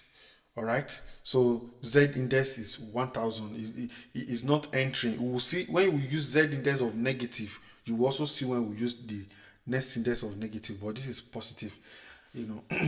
So we're going to do flex. We've done flex initially. So flex, we also no display of flex. So that means it should be side by side. That's the meaning of flex. So you will see now they are all the elements inside navigation, they are all side by side. Modern, the hamburger, and this one, they are all side by side, you know. But it doesn't still make sense. Now we will style each of them. If I remove the flex, you will see the difference. They will not be side by side. You see, they are just on a line, but now they will be side by side because of the display that is flex. All right, so that's, then we would give it an alignment to align all the items in the center. Everything should be in the center of the div. So align item, align items is the first one, so it's going to be center. Okay, so that's that. So if we check now, it should have moved to center. Oh, okay, well, I think it's justify items. Okay, justify. Okay, let's do justify content, space between. Okay, space between is going to separate them. Space, there is going to be space in between each of them and we separate them. So that is what justify content does. As you can see now, it has separated them. Modern bank is here, this is here, home and service contacts is here. So they are separated in between. Okay, so that's that. So that's for the nav bar. So we now need to style the logo, this particular logo, separately, and it has a class called logo. All right, so we're going to style it and give it special styling. Styling is a very big work because we're going to be styling each component of the web page, and it's one of the areas that many developers run away from, including myself, you know. So because there are other easier ways to do it, but you have to learn the basics and the fundamentals so that when you now get to the easier ways, if it doesn't work, you can now get into the code and fix things yourself. So logo, so logo, now we're going to give you the color of the logo, color white, because we want it to be white because the background, see, the background is dark, and look at the gradient of the background from a darker blue to lighter blue, and that happens because of this line gradient. Okay, so we're going to give it white, color white, so it will give us modern bank that is white. We're going to change the font color, sorry, font size. Font size is going to be 1.5 rem. Then the font weight is going to be a bit bigger now. See, it's big now. So we're going to give it a font weight since we don't have a logo, so we just want to use what we have, and that will be bold. So yeah, the styling for this is complete. All right, this one, the reason why the menu is this big is because this navigation items are in just one column. We will style it such that it will be in, okay, one column and 1 2 3 4 4 rows. We will change it to 4 columns, 1 row, you know, as we progress. Okay, so so that's for the logo. The styling for the logo is done. So let's tie the links now, like I said the other time. So link dot link,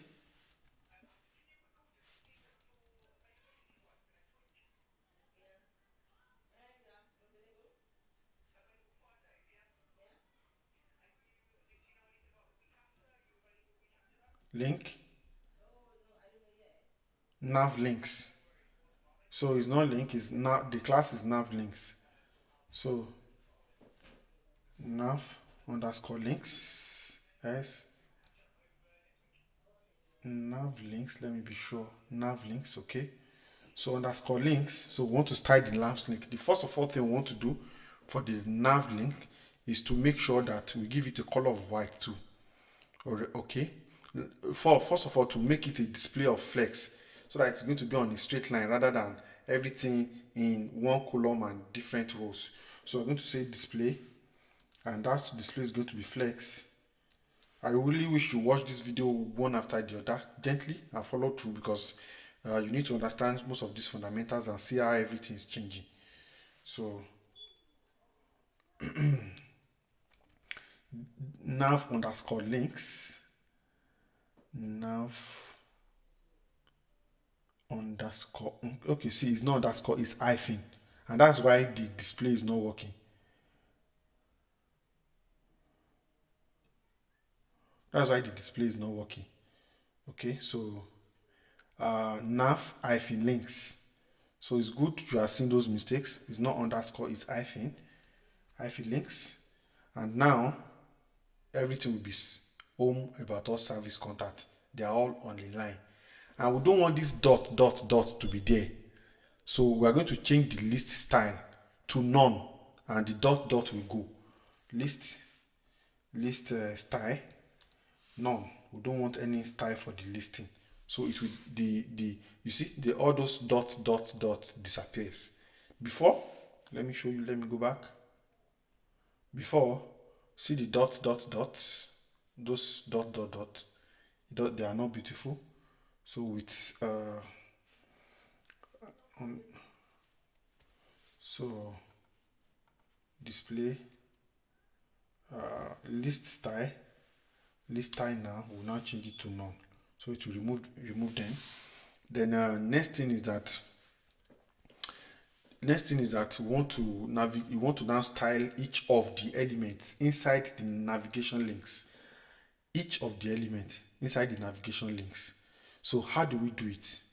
We want to style A. Now, for instance, we want to style A, L1A, L1A. All of them, they did not have class. They don't have class. How do I style it when they don't have class? There's another method in the external styling that we would use. So I'll first of all say, I will copy this, I will paste. Okay, now I'm going to remove what's inside. So nav links is saying it is a duplicate, but what we want to do is that I want to style the L1 inside nav links, and A, the LIs and A's, LI and A. So that's what we are trying to say, that go into nav link, anywhere you see nav link, anywhere you see a class nav link, style the LI and the A. All right, so that's what that means for us. Okay, so we want to change the color. We want the color also to be white. The color white. Okay, so it will change the color to white. See, they are white. They are still underlined. So we need to change the underline to make it, to remove the underline. So we're going to say, because they are underlined by default, links are underlined in HTML. So we're going to change the text decoration to none. So we'll remove the underline as well. So if you go back, they have disappeared. So all we need to do now is to space them, to space each of them by giving them padding and transition. Okay, so padding, so padding 0.5 rem, that's to give them space. Then the other end of the padding is 1 rem. Okay, so now they are now spaced. So that padding has allowed us to give space between all of them. If the distance are too much, then you can change all of it here. Okay, so then the next thing we need to do is transition for it. Transition, so that's the seconds it will take to transit. Let me put 1x and let me see what would happen. 1 second. So let me refresh this page. Okay, it's almost infinitesimal to see. Okay, I think we don't even need any transition on it. So that's the styling for the link inside A. Links inside A. So it will be applicable to all A's that are in the link. It will be applicable to all the links. You can see the element is nav links, li, then A. So we are actually indirectly styling the links which have the attribute of link, attribute of A. So it's very key. Look at it, lia, exactly. You see, we did not even mention UL at all because we can access this UL with the class of nav links. So now we want something to happen anytime we bring our mouse on it. You see, it's actually changed to a pointer. It changed to like a pointer here, a finger pointer. Okay, the cursor changed anytime we over on it. We want to have more over effect, something that happens like a change in color anytime the mouse come over it, and that's simple. We can just do the same thing that we did with the styling and copy everything here again, copy and paste. This time around we are going to say a hyphen over. So that means when we over our mouse over the A link, this A, what should happen? Okay, so we would change the color. We want the color to the background of where it is to change. So background, just background, no background color, background. So I want the background to we can use RGBA. That's another way to get colors from what to what. So 255, you will come across this tab 255, tab 255, tab 0.1. That's another color option. Okay, so I just want us to remove the from. Just leave it like this. 255, comma 255, comma then 255, comma. So yeah, the color is up. So that's the color we are trying to locate. That's another way to reference color. Then if let me go and over on it, you see it will change. Can you see that's the color we applied, that over. So we are going to change the border is still square border, that over border is square. So we're going to give it a border radius. That's the radius for the edge of the border of the edge, those 4 edges. That we want to set the radius to 4 pixel. Okay, you see that's changed. So when you over on it, there's a lot of things you can as well change. When you over on it, you can change even the color of the text. The color of the text, you can change it to blue or green or aquamarine. Okay, so if I go back and see, the color has changed from white, it's changed to aquamarine. You see it? So we've successfully styled the header. Now this particular hamburger, like a small menu, is going to be useful when we minimize the page. When we minimize the page is on a small page, we don't want that page, we don't want the small page on your phone cannot have all these lists, so we want to minimize it so that when we click on it, they will now come out for us to see. So I'm going to leave it at that and continue with the styling.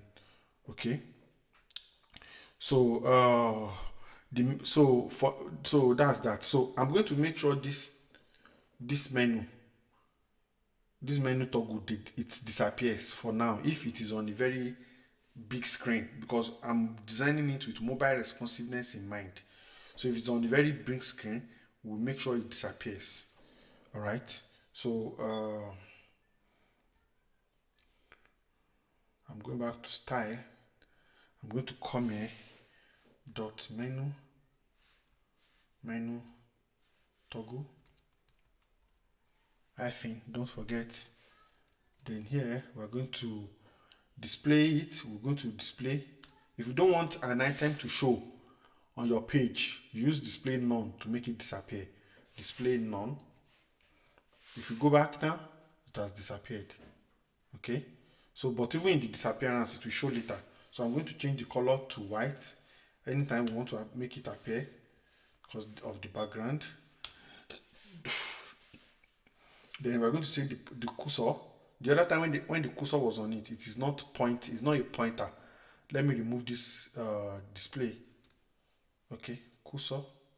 Let me also remove this cursor. So if I go back, you can see it is white now. If I click on it, you can see the cursor is not pointing like here, and it's supposed to point so that it shows that you want to click on something. So that's why we are going to apply a cursor property to it. Cursor pointer. Okay, so if I go back here now and I put it, you see it has changed. The cursor changed to pointer. Then we'll now hide it now. Display none. So we hide it for now. Okay, so it's hidden for now. We'll bring it up back later. So we've completed the design of the header. See, it's beautiful scrolling, but this hero section is still under it. So we're going to do something about that hero section when we get there, like giving it a margin, a top margin that will push it down So on the top, like 20 pixel. So we'll give it a padding of 20 pixel on top. All right, yeah.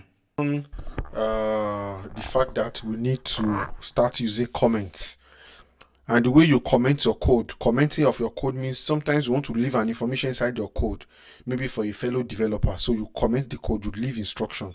That part of the comment will not be compiled by the computer compiling the page. So for types for CSS, we use / for CSS. For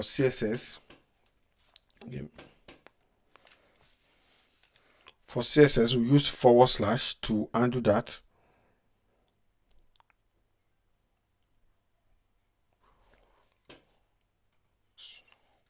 So for CSS, we write / then */. So that is how you comment in CSS. So we have hero section now. So, and that's where we want to start the hero section. So the class for the hero section is the class is hero, as you can see, hero. So that's going to be dot hero into. So we're going to give the hero a background with a gradient color. So linear gradient like we've used before, 135 degrees. So that's the degrees, yeah, DEG, yeah, degree. Okay, then let me just copy the color code that I'm going to use for the gradient for speed purpose. So yeah, so those are the color codes. The color code is going to be it's going to move in 135 degree from this color to this color. So if you go back to check now, you can see the hero section though under is having that capacity. So what I need to do is to add, I think I need to add a padding ahead so that we can push it down. Okay, so we can push it down. So what I need to do next is to that hero section. So padding top, let me see, let me give it padding top of 20 pixel. So let's see if it will push. Okay, is it padding top or margin? It should be margin top. Margin top of 20 pixel.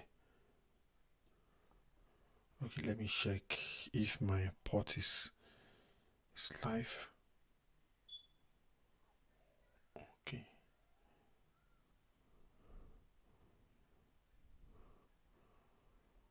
Let me give it an height. height of 100 VH. Okay, yeah, so it pushes it down. It now has an height of, so it's the height is makes it more bigger. So we'll move most of those things down as we progress. So height of 100 view height, that's the view height. So anywhere the view is, it should cover the page. 100 view height, that's 100% view of the height of wherever display it is going to show. That's the meaning of 100 VH, view height. So we're going to give it a display of flex. Okay, so it's everything inside the hero will be side by side. All right, so align item, we want to push it to center, to be at the center. Align items center. Then justify content will also be center. Justify content center as well. All right, so then the color of the text that will be inside is going to be white because of the background, then I'm going to give it let me remove this margin since it's not going to work. So I'm going to give it margin padding, that's internal padding, internally padding of just normal padding 0 and 20 pixel. So this one will push all the items within it to the center. So if we go back now, we see everything is now at the center. Is though you see that it covers the whole page of the web page. That's 100 view height. So it takes 100% of the view height. So we now need to style all of this separately. Okay, we need to style all of that separately. So we'll go to styling the hero content, h1, this particular h1, hero content h1. Yeah, we want to style banking made simple. So how do we style it? H1, we're going to reference the class hero content h1. So we'll write it like this, style. So it's going to be dot hero content then h1 inside hero content. So the h1 inside this hero content class. So that's where we want to style. So how do we proceed to style that? We want to give it a bigger size, a text shadow. It will have a shadow and a margin bottom of 2 rm, so that it's going to there's going to be a distance between him, this h1 and this paragraph. So then we'll give it a shadow. So we're going to say font size of 3.5 em. Okay, so then margin bottom, we want to give space to the bottom so that it will be of some few distance from the next item. So margin bottom, then text shadow, I'm going to just copy and paste the text shadow to give it a shadow. So I'm going to just copy, well, it's 2 pixel are different. Those are the shadow, 2 pixel, then 4 pixel. You can range it, you can vary this from your own end, and also the color. So okay, RGBA. So that's the color shadow we want to use. 0 0 0. You'll be close to black. Okay, 0 0 0 0.3. So it's going to be black, but a different shade of black. So if you go back now to see it, it's bigger. Then it has a shadow. There's a shadow. If you look at the banking made simple, it has a shadow just below, text shadow. Let me increase this to 10. Maybe we'll see a different, you see the shadow has increased. Let me also increase this to 10 so that the shadow can be obvious. You can see the shadow now below it, banking made simple. There's a shadow. You see, there's a shadow. All right, so just a little bit of shadow. If I make the color white, let me see if it's going to make a difference. Will it make a difference? Let me see. Let me change this from here to here. Yeah, let's see if the shadow. Yeah, you can see the shadow now. There's a shadow now. All right, there's a shadow around each of the items. So that's what test shadow does. Okay, so that's that. We are done with testing the H1. So we also go and test the paragraph inside the H1. That's hero content. P, the paragraph. Now that's the paragraph that is inside the hero content. Is it the paragraph? This is the paragraph inside the hero content. I can split this split up. Oh, that splitting is not the kind of splitting I want. Let me close it. I want splitting side by side so that I can easily, yes. Okay, I'm going to reduce this. Yeah. So I've splitted it. So index.html is here, style is here, so that I can easily speak to each of them as I code it. So there is a button here. There is this particular icon. So that's what you use to split your HTML. You can use it to split each file in the VS Code side by side for purpose of ease of coding. So we are now at div of paragraph. We are now in the hero content P. That's why you see hero content P. So it's going to be applicable to this particular paragraph. All right. So we're going to give it font size of I think 1.2 rem. Okay, then margin bottom also. We give it a margin bottom of 2 rem. That is to split it at the bottom. Then test mass width. That's the maximum width we want it to be. So just take a look at it. 600 pixel. So that's the maximum width we want the paragraph to take. All right. So if I go back now, you can see it. So if I reduce this to 50 pixel, you will see how everything will choke together.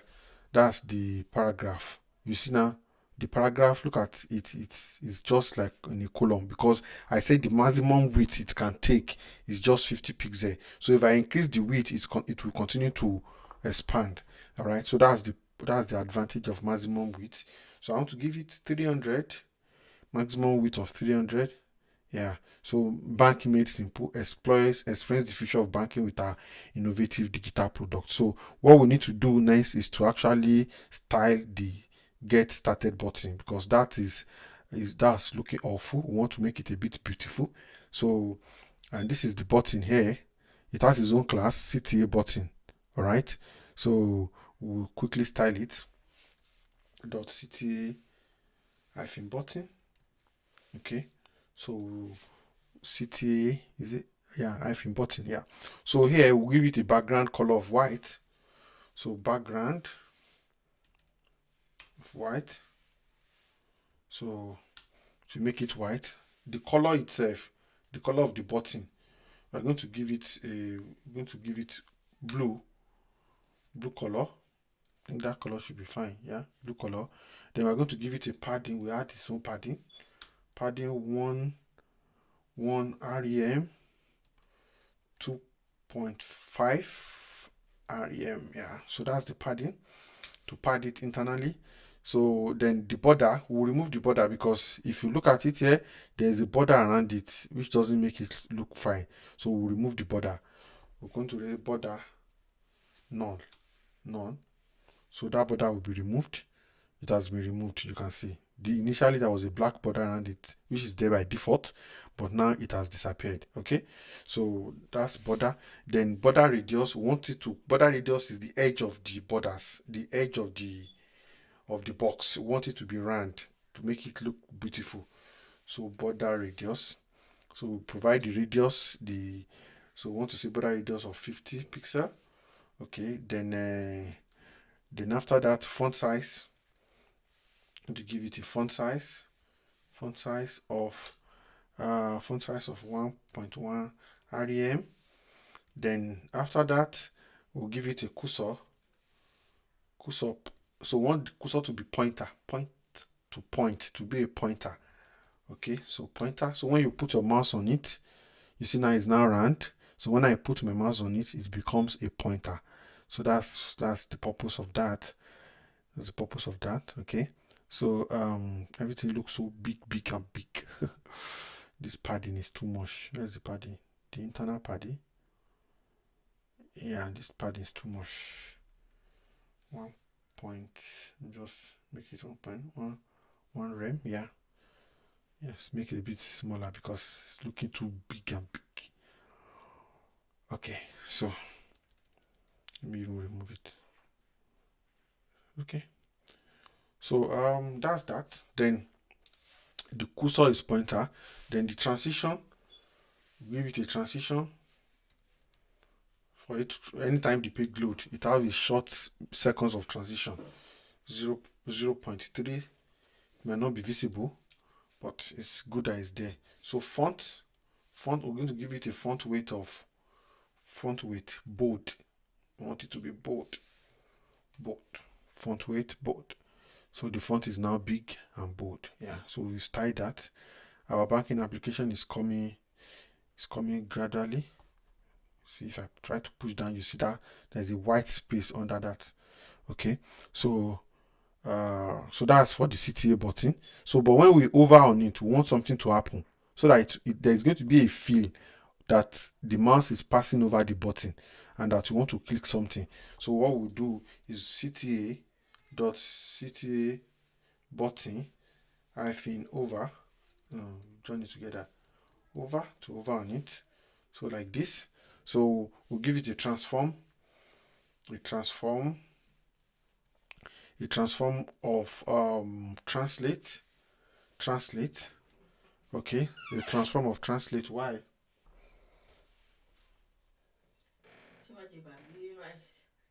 Eba kékeré tó dẹ̀ soft. Eba kékeré tó soft. Rice yẹn kọ́. Rice kọ́ bí báwo? Ẹ jẹ rice. Ṣebí rice yẹn mo jẹ láàárọ̀. So transform, translate. So translate y and -3 pixel. -3. Okay. So then there's going to be a boss shadow, just like I showed you the other time. So we're going to have a boss shadow, a shadow around it. So I'll just copy and paste that and a background of white so that we can speed up here. So make sure you don't copy my code. Only what you should copy only in my code is the HTML. Please write the code one after the other, because it is only when you write the code that's when you make mistake, and that is when you can know your mistake. If you copy and paste my code, you won't encounter errors and you will not know how to resolve errors. So like in this case, there's an error now, and what is the error that I'm seeing? Give me a minute. Let me push a bit. Yeah, so the error here is that is showing the error here. There is an error. This is because I didn't put a semicolon at the end of line 100. So that's the kind of errors I want you to encounter when you are developing. The purpose of you encountering error is that it will help you when you actually encounter it in real life. So if you copy and paste my CSS code, it's not going to be nice, because you would not learn the things you're supposed to learn. You will not make the mistake you're supposed to make. So it is very important, and that's why I'm taking my time to actually explain what each of the CSS styles, what they mean. So take your time. You have a week to complete this course. So as you can see now, if we put our hand over it, you see there is a transition. There's a movement. The moment we put our mouse over it, there's a movement. So that is showing that is an active, is active. Okay, when we put it on it. So, and I think that boss shadow is not even effective enough. It's not, I'm not feeling it. Let me put 5 pixels here and let's see if it's going to make much difference now. Yeah, just a bit of much difference, but at least the moment we put our mouse on it, you see that there is a change, there is a transition. This transition moved up -s, so that's the translation and transforming that is applicable to it. So then on over background, I think that background should even be So on over, I need to change it. If the background is white, the background I think is already white. So background here is already white even when we did not over on it. So it doesn't really make sense. So it's better we change the background to blue when we over on it. Copy. Because that's what will make a significant difference. Okay. So when we over on it, the background should change. You see it now. You see the background. So it makes a lot of sense. But the moment we put it on it, the text disappears. So we need to now change the text to white because of that over. So we'll say color. So here now the color is going to be white. So that will be the text color, which is going to be white. So if I go back here and put it on it, you see now it changes from, so that's a sign. It's an over effect. Okay, so that's that. I think we are done with styling of the hero. I don't know if there's anything left, so we should move to about section. And this time around, I'm going to be a bit fast because of of time. So about I'm going to do this. So about, so the about us section, hero about. Okay, hero about. I'll finish it before we now check how it looks. So about, so padding, I'm going to give it a padding 5 rem O. Okay, so background, I'm going to just copy the background linear gradient because we are going to give the background an inline gradient too. So I'll just copy and paste it right in here.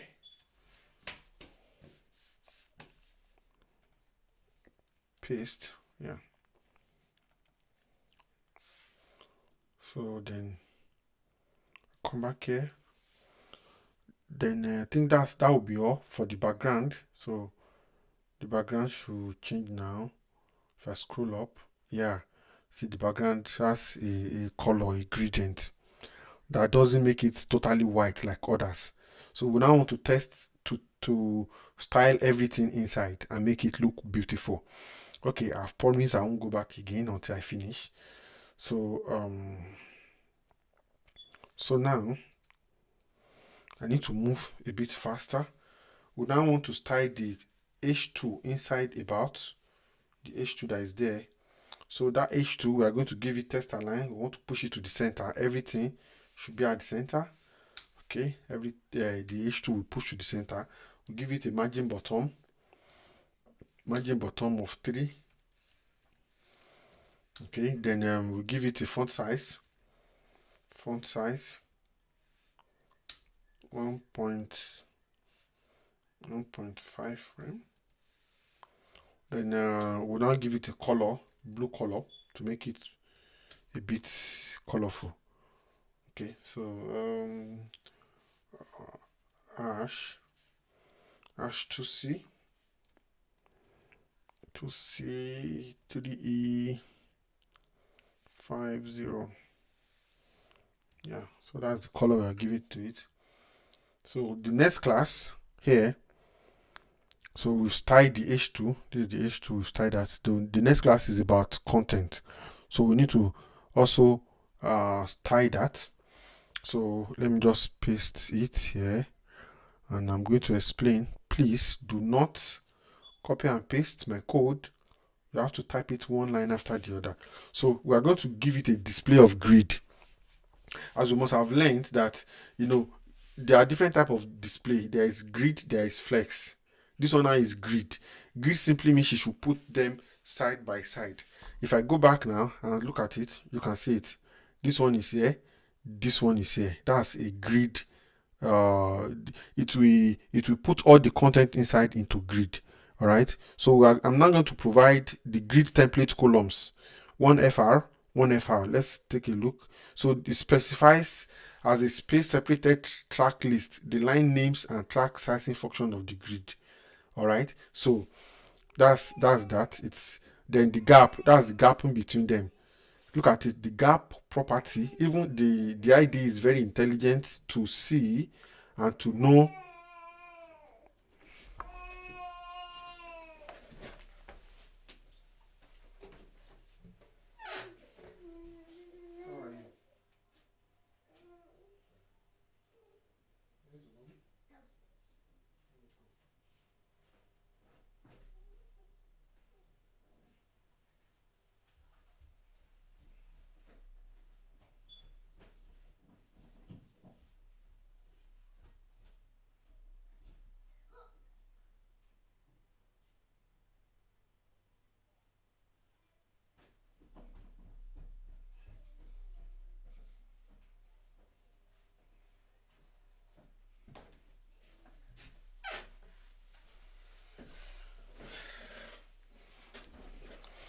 So the gap CSS property is a shorthand property for row gap and column gap.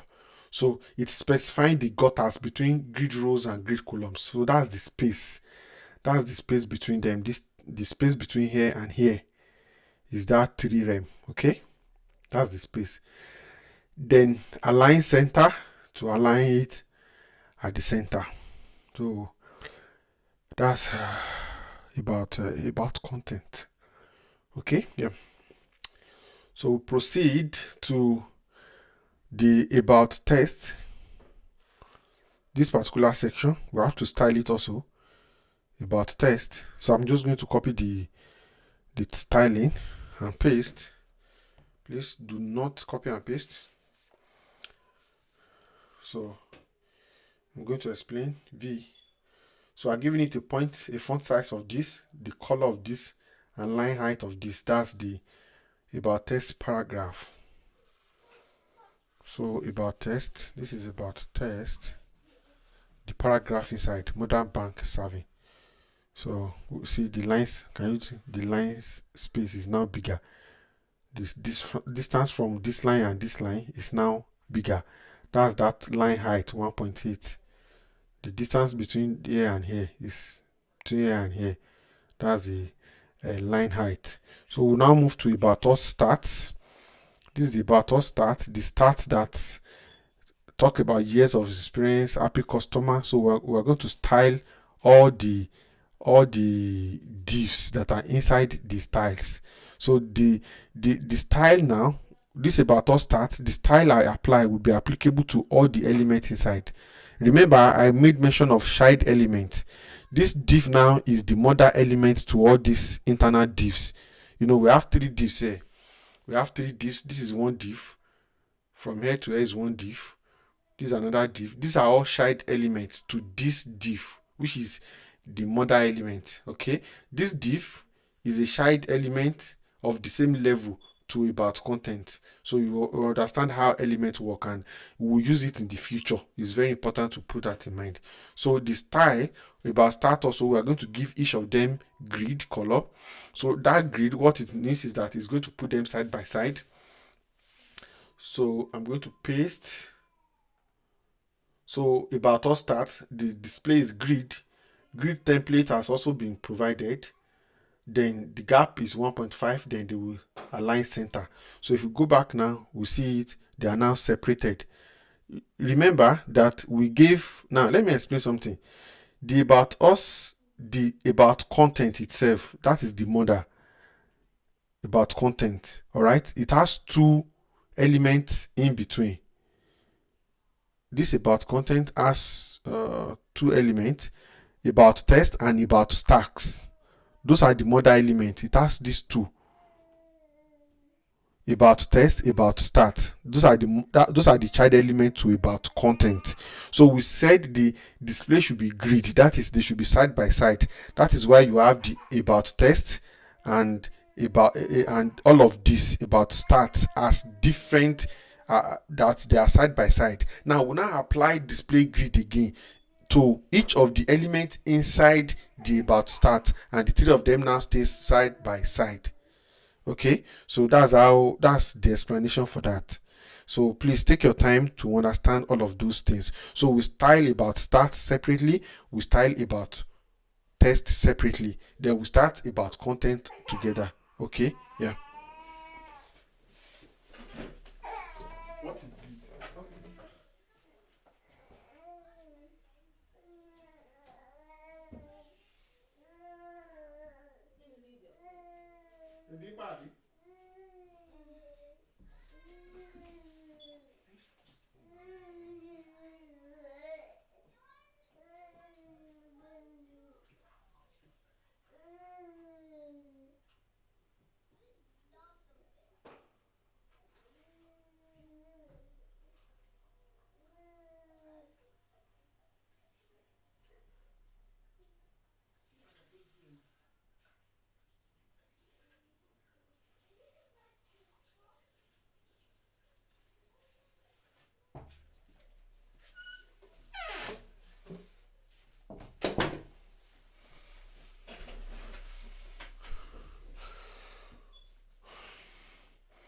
So we move next. We are done with the about section, and I think we have it perfectly put in that format. Okay, it's okay like this. About us, you read.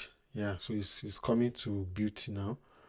Yeah, so let's tie our services. These services, we need to also style it. The way it is does not really make sense. So I'm going to simply copy okay, I'm not done. The start item also, I think I need to give it some background color to make it a bit beautiful. Okay, so those are the items that are inside. If I open it up now, start item. So we need to give it a class dot start item. Yeah. So inside, we'll just put this. We're going to give it a background shadow and all of that. We'll just see it. Please don't copy and paste. Type everything one after the other. One after the other. Let me now reduce this so that you can see the background, this background, the padding, border radius, and a shadow. All right. So if I go back now, you see now, we gave it a shadow. We gave it, there's a background color of white. This, no, it's not even white. It's off white. This is it. This background color off white. Then padding. Then the border radius. That's the edge. Border radius. This edge. Okay. So if I increase it now, the radius will increase. If I put it at 15, we'll come back. You see, it increases. All right. Then boss shadow. There is a shadow. There is a slight shadow here. Okay. So that's the complete styling of the start. Okay, so next thing we need to do is to style our services, which I'm going to go to now. So then, okay, the start item, I think I still need to style there's still an element inside. There's a paragraph inside. Okay, each of them. We need to style this h3 to make it a bit different. So this is going to be the style for the start item h3. That's h3 inside start item class. Okay, so h3 inside start item class. So if we come back here now, makes it a bit more bulky. All right, so that's the power of CSS. Look at how CSS has transformed the page. So CSS is for the color, for the beauty of the web page. Next, we'll now move to service section. So services, let me just okay, services. Let me just copy the styling for services and paste. Okay, so this is the style for services section. Let me add the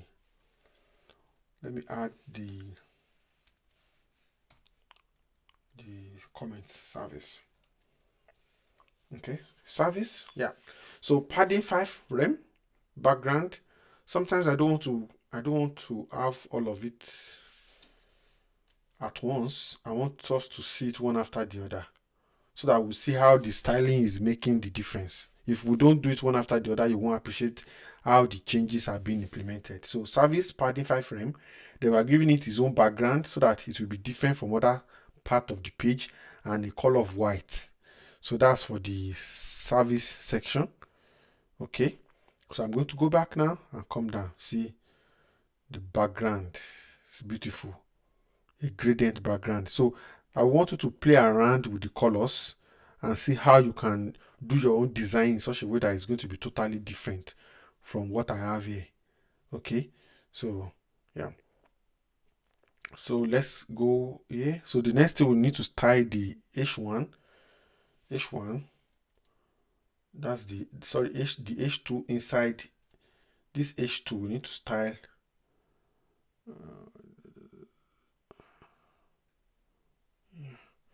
so the h2, that's the h2,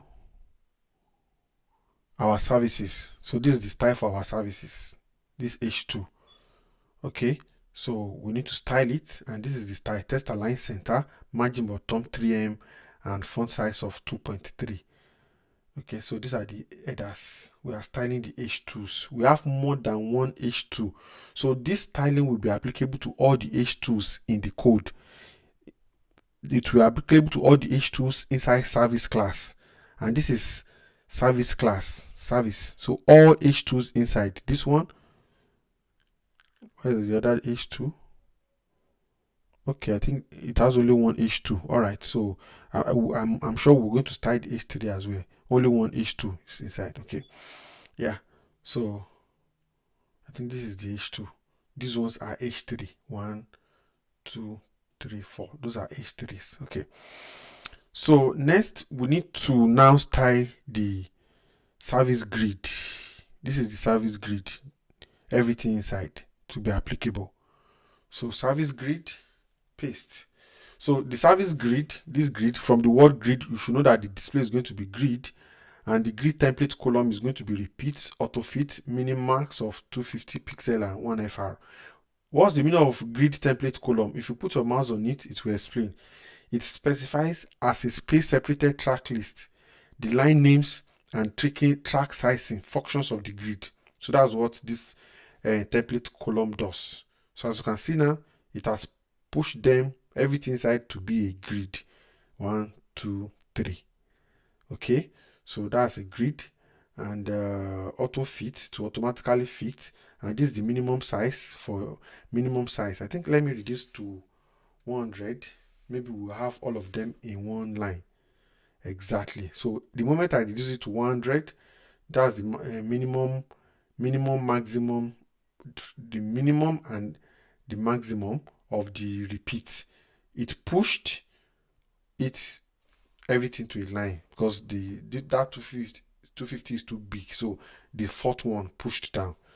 This is what I'm saying. Before we made that change, this was 250. See, 250. Before we made that change, so it becomes big. See, it pushed it down.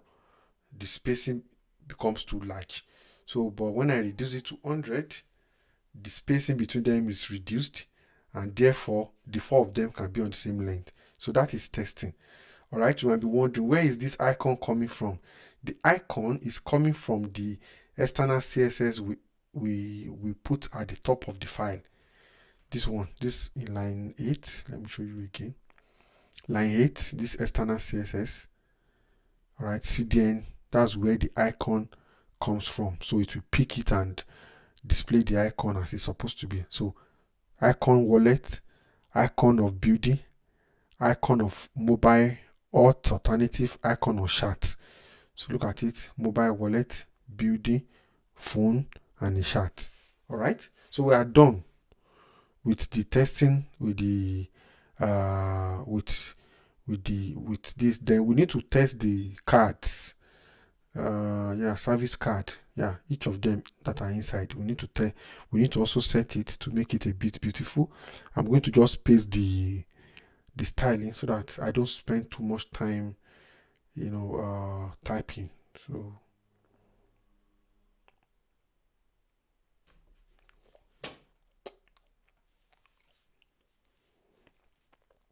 So paste. Yeah. So the service card now, please. What is the class of the service card? We can go here to check. These are the service cards. So we are trying to style them, and we are giving it this background to make it a bit different from from the background that everyone has. A padding of 2rem, then border radius. That's the radius of the border. Then a transition, then backdrop filter of blur 5 pixel. As you can see now, it's a bit different from even the background itself. So makes it kind of cool. Yeah, I think it's cool. I think the styling is cool. Yeah. So we have each of them there. Maybe I can lighten up the background color a bit. Background. And then lighten it up.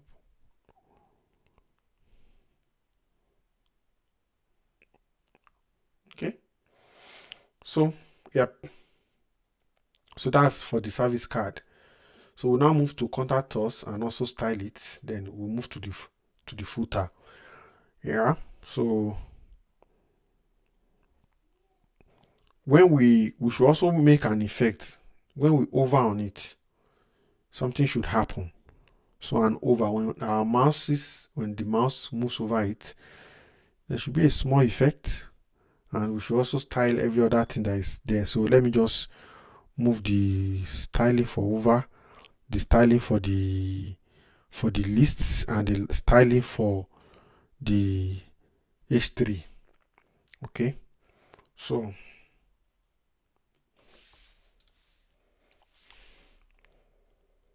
the card over, we are transforming -10, then the background will change. Service card, we are changing the color, the margin, the font size of service card I. This is the I. Okay, then the service card H3, we're also giving it a margin bottom and this font size. Yep, so you can see it now. Yeah, it's a bit cool. It looks, all the wordings looks very, very big. You know, they are too big. Font size, make it 1. Let me change this one to 0. Let me change this one to 0.5. Then this one will be 1.0. Yeah, the font size looks so big. You don't need it to be that big. Service 1.1. Yeah, just reduce them. Even the margin bottom can take it to 2. Yeah, so that way, yeah, it now looks a bit attractive and beautiful rather than it being pushed into our face. Yeah, and the over effect is actually working as well. So that's cool and beautiful, honestly. Yeah. Yeah, we're going to make it mobile responsive. Let me inspect. Presently, you can see it's not mobile responsive, though it's a bit mobile responsive, but we want each of them to be. You see, it's not mobile responsive. You see it, and it's not good. It's not mobile responsive, so we must make it to be mobile responsive. But we'll get to that later. But we are very close. So if you want to check how did I come to this site, so what I did is I right click. As a developer, you're going to be doing that a lot, especially if you're a front-end developer. So you right click and click inspect. When you click inspect, you can now inspect the code. The code that we are even writing, all of it is in our element. If you inspect everything, all the sections, they are there. So all the codes are there. You can even edit it from here, but that's not the purpose. You can look at the padding. Yes, this is what I'm trying to explain. Okay, good. We have this dev tool that helps us to explain what padding means. Look at margin, border, padding. Here, you can see it. Okay, so try and, take a look at it and play around it. In the element, that's where you see the padding, how it works. The border, the margin, the border, the padding, then the auto. Okay, so everything that we wrote, even all the CSS files, they are all here. This is the style. Everything we are writing, the style, they are all here. The computed, the layout, event listener. We'll get all of this later. DOM, breaking point, properties, child. We'll talk about it when we do front-end development. This is the console. Nothing will be seen here for now. When we start JavaScript, we'll start using the console. So the next thing we need to do now is to style the contact us section. And just like I did, I'm going to just paste the styling. So please do not at any instant in time, okay, do not at any instant in time copy the code. Painstakingly type everything. It might be very painful, but that is one of those things that will help you to learn persistency as a software engineer. Because as a software engineer, you might sit on your code and writing code for hours. So the learning process is also going to be what you will need to know when you are practicing. So it is very, very key. Okay, so please don't copy my code. Make sure you type them one after the other. So let's move on. So I waited a bit so that if you are typing, you can pause the video and type all of this. Then here, then we need to now the contact section. Yeah, this contact section, we need to also style it. So I'm going to copy and paste the contact section, and I will explain them one after the other. That's for the for it.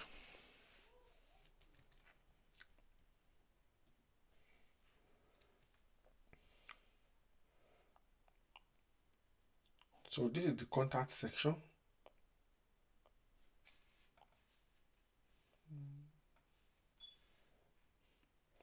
So we are giving it a padding, then its own linear gradient. All of the sections, they have their own linear gradient.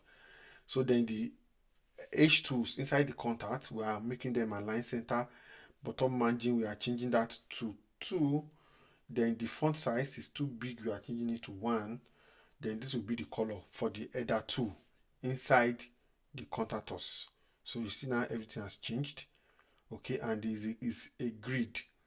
The contact content, we made it grid. So that's why it's moved side by side. All of them are side by side. Then this is the template of the grid. Then gap of 3m, the spacing between them is 3 rem. So that's the gap, okay, for the content. So, and what are the content? You can just check here. This is it, content, contact content, everything inside the contact form and the contact info. Those are the two child element of contact content, and this is the styling that will be applicable to it. So we'll now style contact form and contact info separately now. Okay, contact form and contact info. This is line 215. So you might have typed 215 lines. So contact form, now let's paste it. The form, now you will know how to style your form. This is it, test of flex direction column. We want it to be flex column. Flex column simply means they will be in one line. Flex, but in a column format. If you don't provide the flex direction, there is flex row, there is flex column. Flex row will make it to be side by side. Flex column will make everything to be in one column like this. So if I go back there, you will now see that they are all in one column, standing on top of each other. That's a column. So we now need to style each of the inputs and the text area to make it to make it look beautiful. Okay, so that's, if I remove this column now, look at what would happen. If I remove the column, they are standing side by side. So this is flex, but this is a flex row. We want it to be on side by side. The default is flex row, but if you want it to stack on each other, that's when you use flex column. The direction will be column. All right, so then the input now, the input, how can you give now the input? You would observe that here dot contact form input comma contact form text area. So if you want to apply the same style to a class, you can easily write the class together and separate them by comma. As you can see here, contact form input comma contact form text area, because each of them, input and text area, that's what we're going to use to access them. This is it. Contact form, it has input, then it has text area. So we want this styling to be applicable to both of them. So we reference the class in which they are, the class they are, input comma.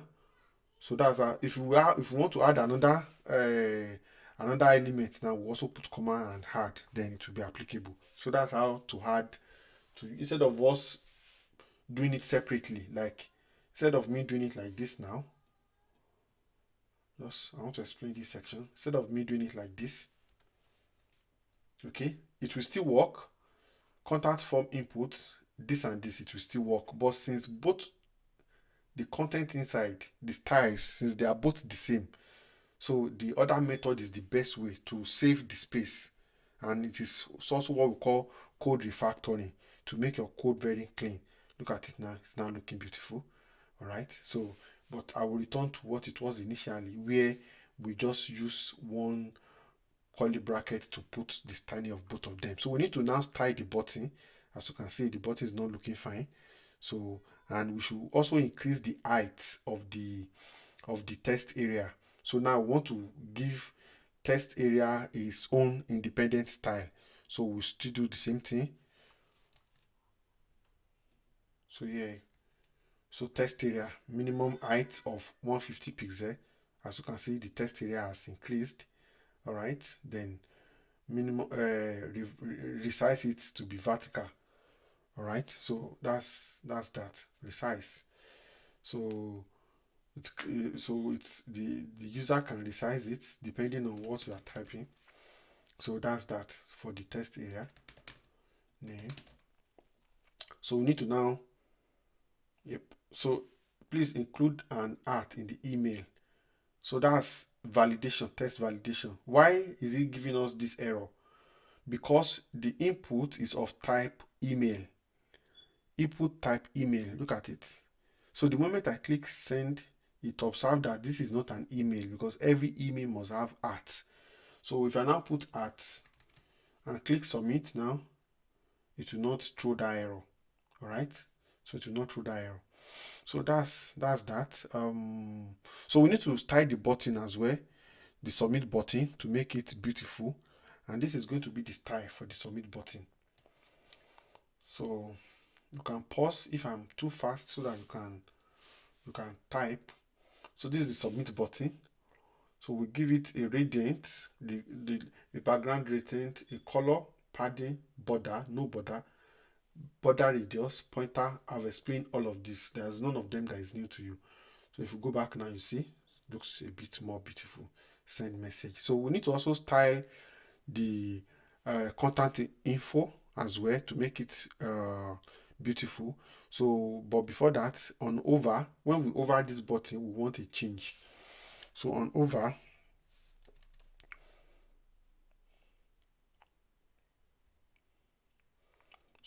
now, paste. So when we over it, the gradient will change and the transform will also change. So if I put, you see, there's a bit translation. Okay. So yeah. So the padding for the contact form looks too big for that contact section. Just change this to 2. Yeah. So it will reduce, yeah, the padding from here to the next element. Now I've reduced it. So now let's tie the contact info, the info item also all together to make it, there is nothing we want to put there that we've not seen before. So I'll just copy and paste. Okay, so this is the info. Display flex direction column. That means they should stack on each other. Gap of 2, padding and background radius, you know all of that. The info item, trace it one after the other. Those are the item inside of it. These are the items. Everything is also being styled. Flex, then the info item link also, the color is also there. So that's it, and see, everything looks so beautiful. The address, the phone number, the email, they are all beautiful. So so lastly is the footer. So the footer also will follow the same format of editing. So I'll just paste the footer section gradually, the footer, to give us a bit of beauty for the footer. Okay, so paste. So let's take a look at the footer.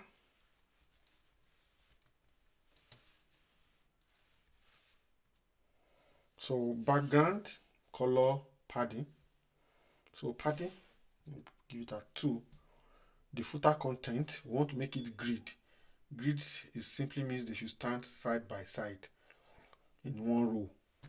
Then maximum, minimum max, I'm going to change it to 100. That's too big. Yeah, 200. Then gap of 1 rem, the margin bottom of 1 rem as well. Okay, so that's for the footer content, for everything inside the content. You can see the grid, they are standing side by side. Okay, Then the footer section, the header, this is also the styling for the header. Yeah, these are the headers. That's the styling. So next is the UI and the ULs, ordered list and unordered list, because here we need to change. If you look at the listing, these are the list ULs. L1, they have all these dots showing that is a list. So we'll make the list disappear and restyle each of them. So, and that's where, so you can pause it here to type all of this. Let me scroll to the side so that you can see the, okay, let me expand it here. So you can pause it here to type all of this and see how everything is changing. Then here, footer section H3, footer section UL, that's the unordered list. Then the margin bottom for each of the lists. So that's the purpose of this. So you see now it has all disappeared, all those points, and there are gaps in between them. So margin bottom, let me move 8.4 because the gap is too big. Yeah, I think it's okay this way. So we would also now style the A's, that's the links, these links, these are links, A tag is link. Let's take a look at it from here. So we want to style the A tags, which are the links. So, and I think they are all given their own different classes, footer content. So we're also going to style that one. So A, color white, text decoration none. So the underline has removed, transition 0.3. So when you hover on it, on this section, this is the color that you see. So look at it, the color changes as you hover on the list. The color changes to yellowish color or brown or gold. I think this is goldish color. Then the social media links also, yeah, the social media link, we need to style it to give it a bit of gap in between them. They look too clumsy together. Then some to make it a bit bigger as well. So, but let's see how it's going to look now. So social links, display flex, gap 1.5. Gap will be too much. Well, let's see. Yeah, it's not too much. I think it's fair. Okay, but let me reduce it to 1.0. Okay, then the size looks too big. 3. Yeah, a bit smaller now and makes a bit of sense. Yeah. So that's that. Then I think we need to style the bottom. Yeah, we need to style the bottom here. So that's the link also. We need to add an over to it and style the bottom and align the center to align it center. So this is it. To hover on the link, to hover on this link, we've added an over style. Just a bit of difference. Okay, now this is the bottom. Pushed it here. So the bottom has a padding of 2 rem. It's too much. 1 is okay. It's center aligned. It's at the center. Then it's solid. The border top is solid. Now where is the border top? You can see this white line. That's the border top. So we gave it solid and a color. This color should even be white. Let me change the color to be a bit. I think color is white. White. Yeah. You see, that's the border. If you want to increase it now, you can do 2 here. You see the border will increase. The bottom border has increased. If you put it to 10 to 20, for instance, the border will be very big. You can see. So those are borders. That's how to use border. So 2 pixels. Yeah. So that's that. We've completed the styling for the application, and everything looks cool and beautiful. And you can see the header is sticky. it sticks to the head, sticks to the head. You can see it, so but it's too big. Even the header looks too big. Everything looks so big and big, so you can work on your own to make it a bit smaller, and smaller from your own hand. Okay, I don't want to go and edit what I've done before because of those who will be following through. Okay, but you are not supposed to copy my CSS, so you are not even supposed to see the code. So I want to reduce the nav, the padding. I think the padding is too much. 0.5 is okay. Yeah, so that's the nav bar. Yeah, it's now smaller now. Smaller. The other time is too big. It was too big. Okay. Yeah, so we gave this 100 view height. So this is cool. This is cool. This is fine. Everything is okay now. So this is the beauty of CSS. It makes a difference. Our website looks so beautiful. All right. I mean, it's cool. The best we could actually do is to put an image here of somebody who is smiling and push this to the side. And I know some of you might want to start that. Please go ahead. So split this into two. Put this information by the left side and put an image here by the right side. Go and download an image online. You should know how to do that now. You just use the grid, and you will use the display grid for each of them. So please do it and share on Twitter. Share this your own page on Twitter with this information by this side and the image by the other side. Okay, so please, when you do it, screenshot and share on Twitter and tag me. It's very important to follow your progress. All right, so that's about that. Okay, so it's cool, but there's a problem with it. It is not responsive. It's not responsive. See, how do I see it's flowing to the side? It's not responsive. Look at it. Doesn't make sense. It's not a responsive website. Look at it. So if I develop it for somebody, and in our present time and age, most applications are actually most people access websites from their phone. So if they go to the website of this company and it looks like this is what we call bad user experience. The user interface might be beautiful, but the experience is very, very useless. Okay, as you can see. So it is important that when you develop websites, you put mobile responsiveness to mind, because most people actually will access the website with their phone, and not everybody will use a laptop to visit your website, unless if your website is a website that people must use, like a payment gateway, for instance. If you want to integrate a payment gateway on your website to be able to receive money, you would most likely access it via a laptop.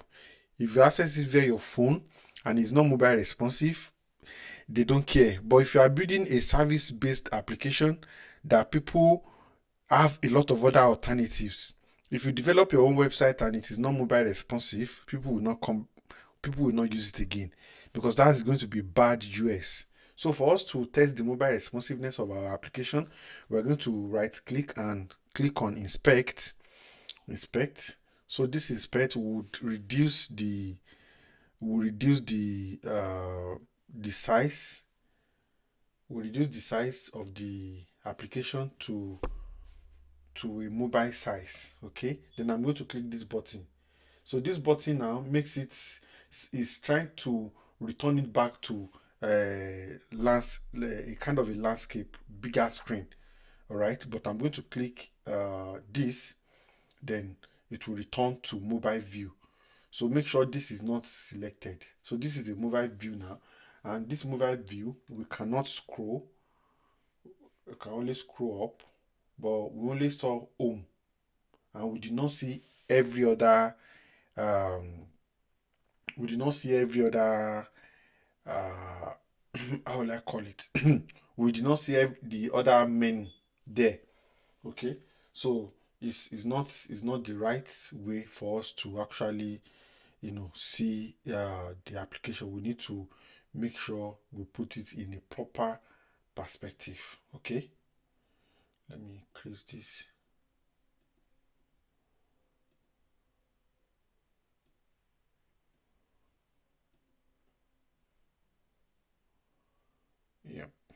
So let me reduce it now. Yeah. So this is how I want it to be. Then I want to do a kind of styling that will makes it mobile responsive. Look at it, it's not mobile responsive. So we'll go back to our code. I would make a specification for mobile responsiveness to say that when the maximum width, so we're going to use at media,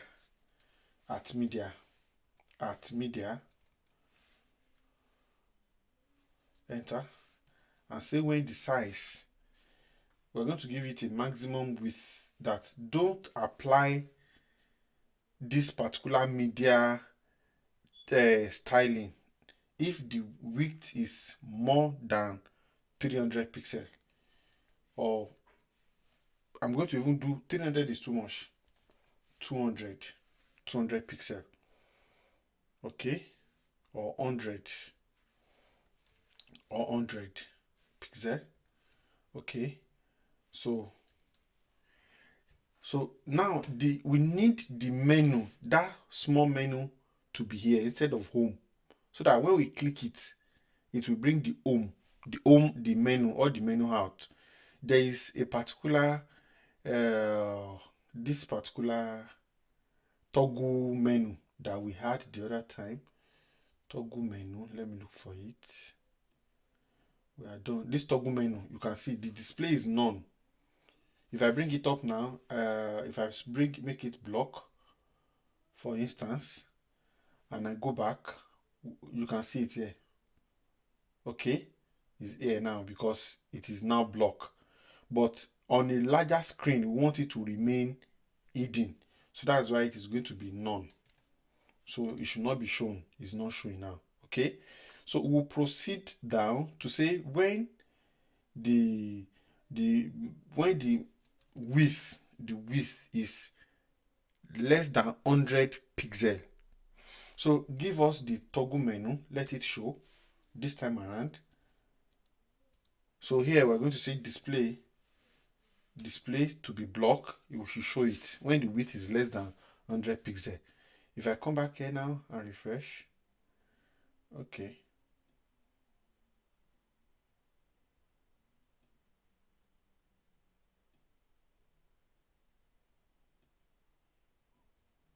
So when the width is, let me change back to 300 pixel. Okay, yeah, it's up now. All right, so at max of 300 pixel, show the width. If I now expand it now, if I expand it disappears. But the moment it is going, that's the pixel. The moment it is going,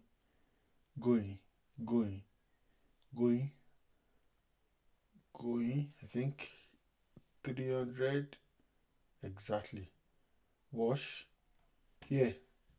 There's a count up there that is showing the pixel.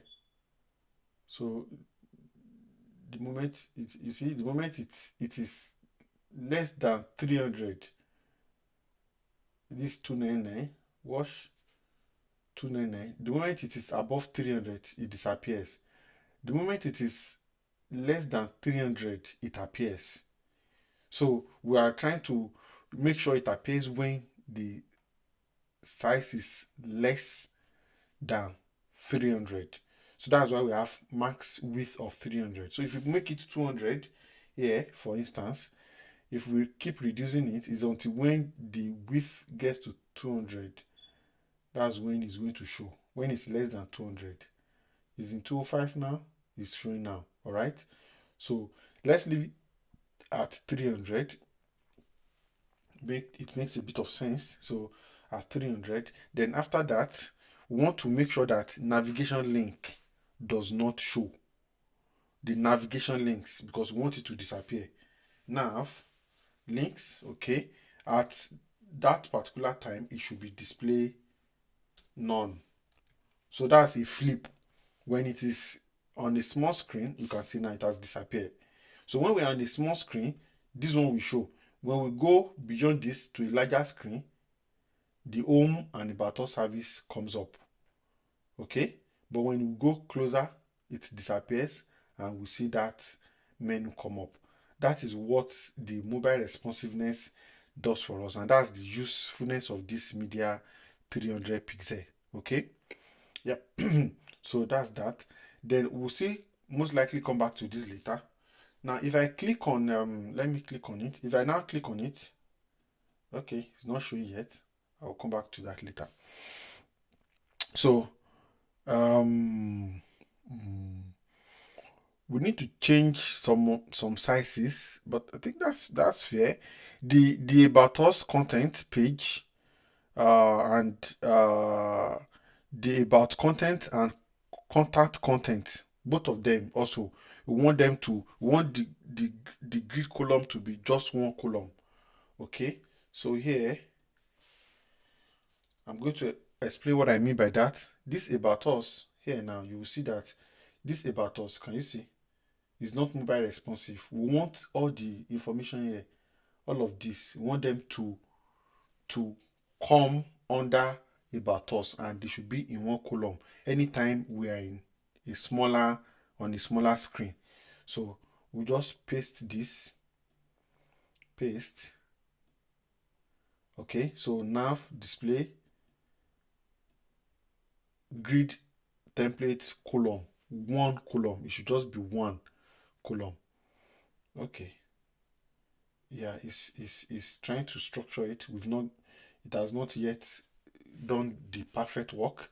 So we need to, again, about us start also, we need to change it to one column as well. So that's this all of this, the statistics, they should be on each other in a particular column. So we need to apply that. You can see now this is no longer by the side, it is in one column with about us. All right, this is no longer by the side also. Contact us is no longer by the side, they are on top of each other. But as we expand it, you see it moves by the side. This particular contact, the address section moves to the side when it is above 300, when the width is above 300. But as I chip it closer, you see it jumps under it. You see it, yeah, it's there.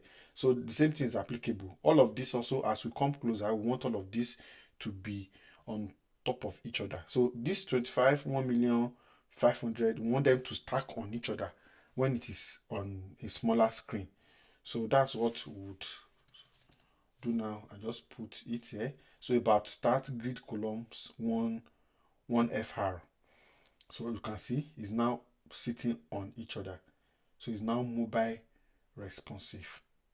You can see it. It's now mobile responsive. Everything is mobile responsive. About us, we can read 25. So anyone who is accessing this website from a mobile phone can read everything on the site without any error or any issue. Okay, so we've not completed the styling. So we're going to reduce the padding for the stats item so that it becomes the padding reduces, you know, because it's on a mobile phone. We'll reduce most of those paddings. So yeah, it's a bit better now. So start item padding reduce. So the service grid also would we would this is the service grid. Our services, these services, we want it to be one column, everything to stack on each other. So the same thing, we're going to change the grid format to one frame. Okay, one part, just one frame. That's for the grid template column. It's just one. So if you come back here, you can see it has changed. Personal banking is on this one. They are stacked on each other rather than side by side. Okay, so we are not yet done. I think this contact us page, we need to also change it. Or I think the footer, we need to work on the footer. The footer also, yes. The footer also, we need to make sure they stack on each other. So and justify it to the center. Then make sure it is one singular grid column template. Okay, so the same thing will be applicable. So it's just easy here. So just here. Okay, so the footer content, everything will now stack on each other too. So everything will be on a straight line. You can see now. So anyone who is visiting our website from a mobile phone will find it very easy to to communicate with the site without having to do anything. So I think for this form, I think I can also add can I add to the form to reduce the size of the form to something smaller in a smaller frame. So let's go and look for the form now. Form. Just a minute. Form.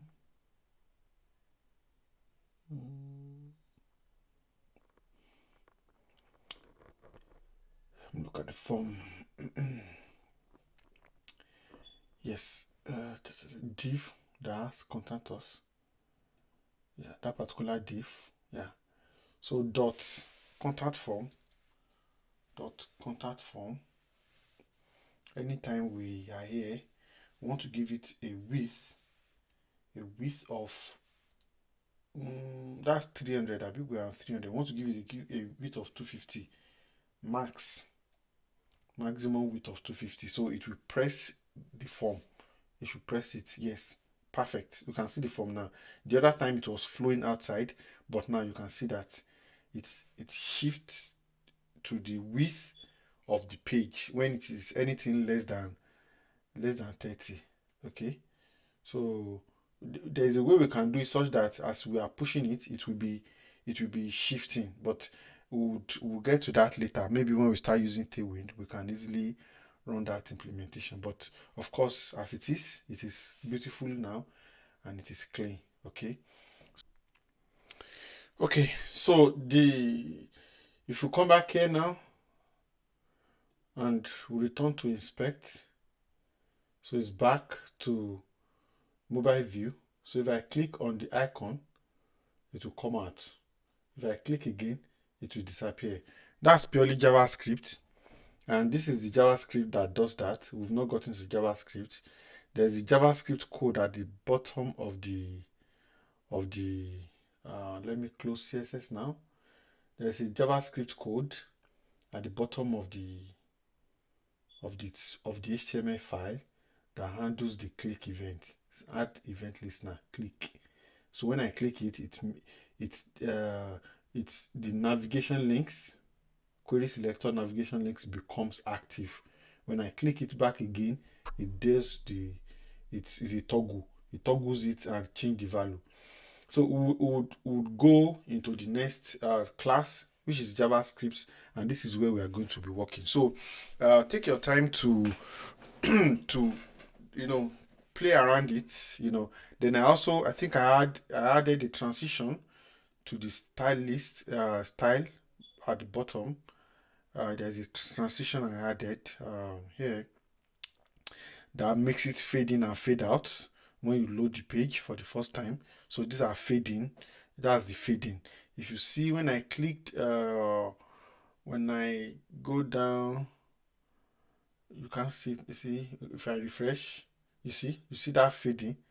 It fades in and out. So that's the usefulness. I think I reduced the size of this our services. Okay, our services, let me reduce the size. The space in between them is too large and even the sizes are too big. We should make it a bit smaller. Our service, I think I did it the other time. So if yours is not working the way mine is working, it's important that you take your time to look at each of them one after the other. So let me change this one to 2, font size to 2, margin bottom to 2. What other thing do I need to change? Service card. I think the spaces, service grid. The faces are too much. Service, this 1.2. Okay. Margin bottom. Let's change this to 2.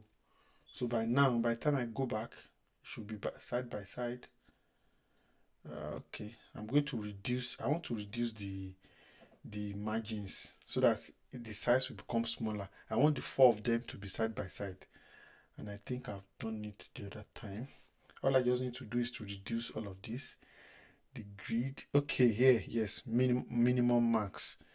So I'm going to change it to 100 pixel for the column width. Yeah. So they are now side by side. 1, 2, 3, 4. Yeah. So it's a bit cleaner and better this way. Then this, they are all side by side. So these are all side by side. So you can play around it and do whatever you want to do. If it is not working, if I click about us, you see it scroll down to about us. If I click services, it goes to services. If I click contact, it comes to contact. If I go back to home, it goes back to the top. So, and what makes all of them go directly to where it's supposed to be. You know, the other time when we were doing HTML and CSS, these were supposed to be links from one page to the other. But the secret there is that if you come to HTML here, you will see that the link is referencing this arch home. So it's going to go into the application and scroll to where it has an ID of home, and the page will automatically go there. So about us, it will go to the section where it has an ID about, which is here, ID about. So the ID here is helping us to locate where the section is when we click on this href. So this is a special way to reference a particular section of your page. You know, you put hash, then you put an ID. When you now click on it, it automatically goes there. So that's what we just did here. Okay, so that's that. So the assignment everybody is going to take for this CSS class is that your personal profile website, which we developed in to teach HTML, that personal profile website, you are going to go and use CSS to rebuild it from beginning to the end and make it as beautiful and much more better than what we have in the banking web page. So that will be all for the CSS. And if you look through the channel, this YouTube channel, you will see other CSS videos that I recorded 2 years ago. If you want to solidify your knowledge on CSS, you can take your time to go and watch those videos and strengthen your hand, to make sure you know there are some tags I will use there that I did not use here. There are some I use there I won't use there. So I would encourage you to go there, to go and watch the CSS specific videos and use it to equip yourself. And if at any instant in time you think you want to support my work, you can easily use my buy me coffee link in the video description to support what I'm doing. So please, it's important that as you are making progress in your development journey, you are always out there showing people what you are doing. Make sure you go to your Twitter page to tweet about what you are doing, the progress you are making. Okay, about the progress you are making. Make sure you do all of that. It is very key, and it will help you to it will place you in a situation whereby as you are progressing, people are seeing your progress online, they are following through, and who knows, you can get a job easily from there. So everything you do, make sure whether you want to use TikTok or even LinkedIn or even Twitter or even Facebook, to tell the world, oh, this is what I'm learning. You can tag me if you're on Twitter, on TikTok. You can tag me. I will also retweet. I will help you to give your what you are doing a live coverage. So I will attach my my Twitter handle, TikTok handle to this email, to this. You can just see it here.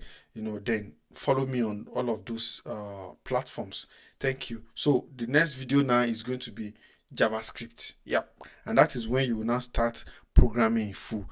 It is until you are not yet a programmer now, until when you start writing things that makes your application kind of interactive, where you can click on something does something, and we might even build a full stack. Well, we might build a calculator. That's what we're going to build. We are going to be building a JavaScript calculator from beginning that does addition, subtraction, multiplication, and that's what we're going to do. Thank you.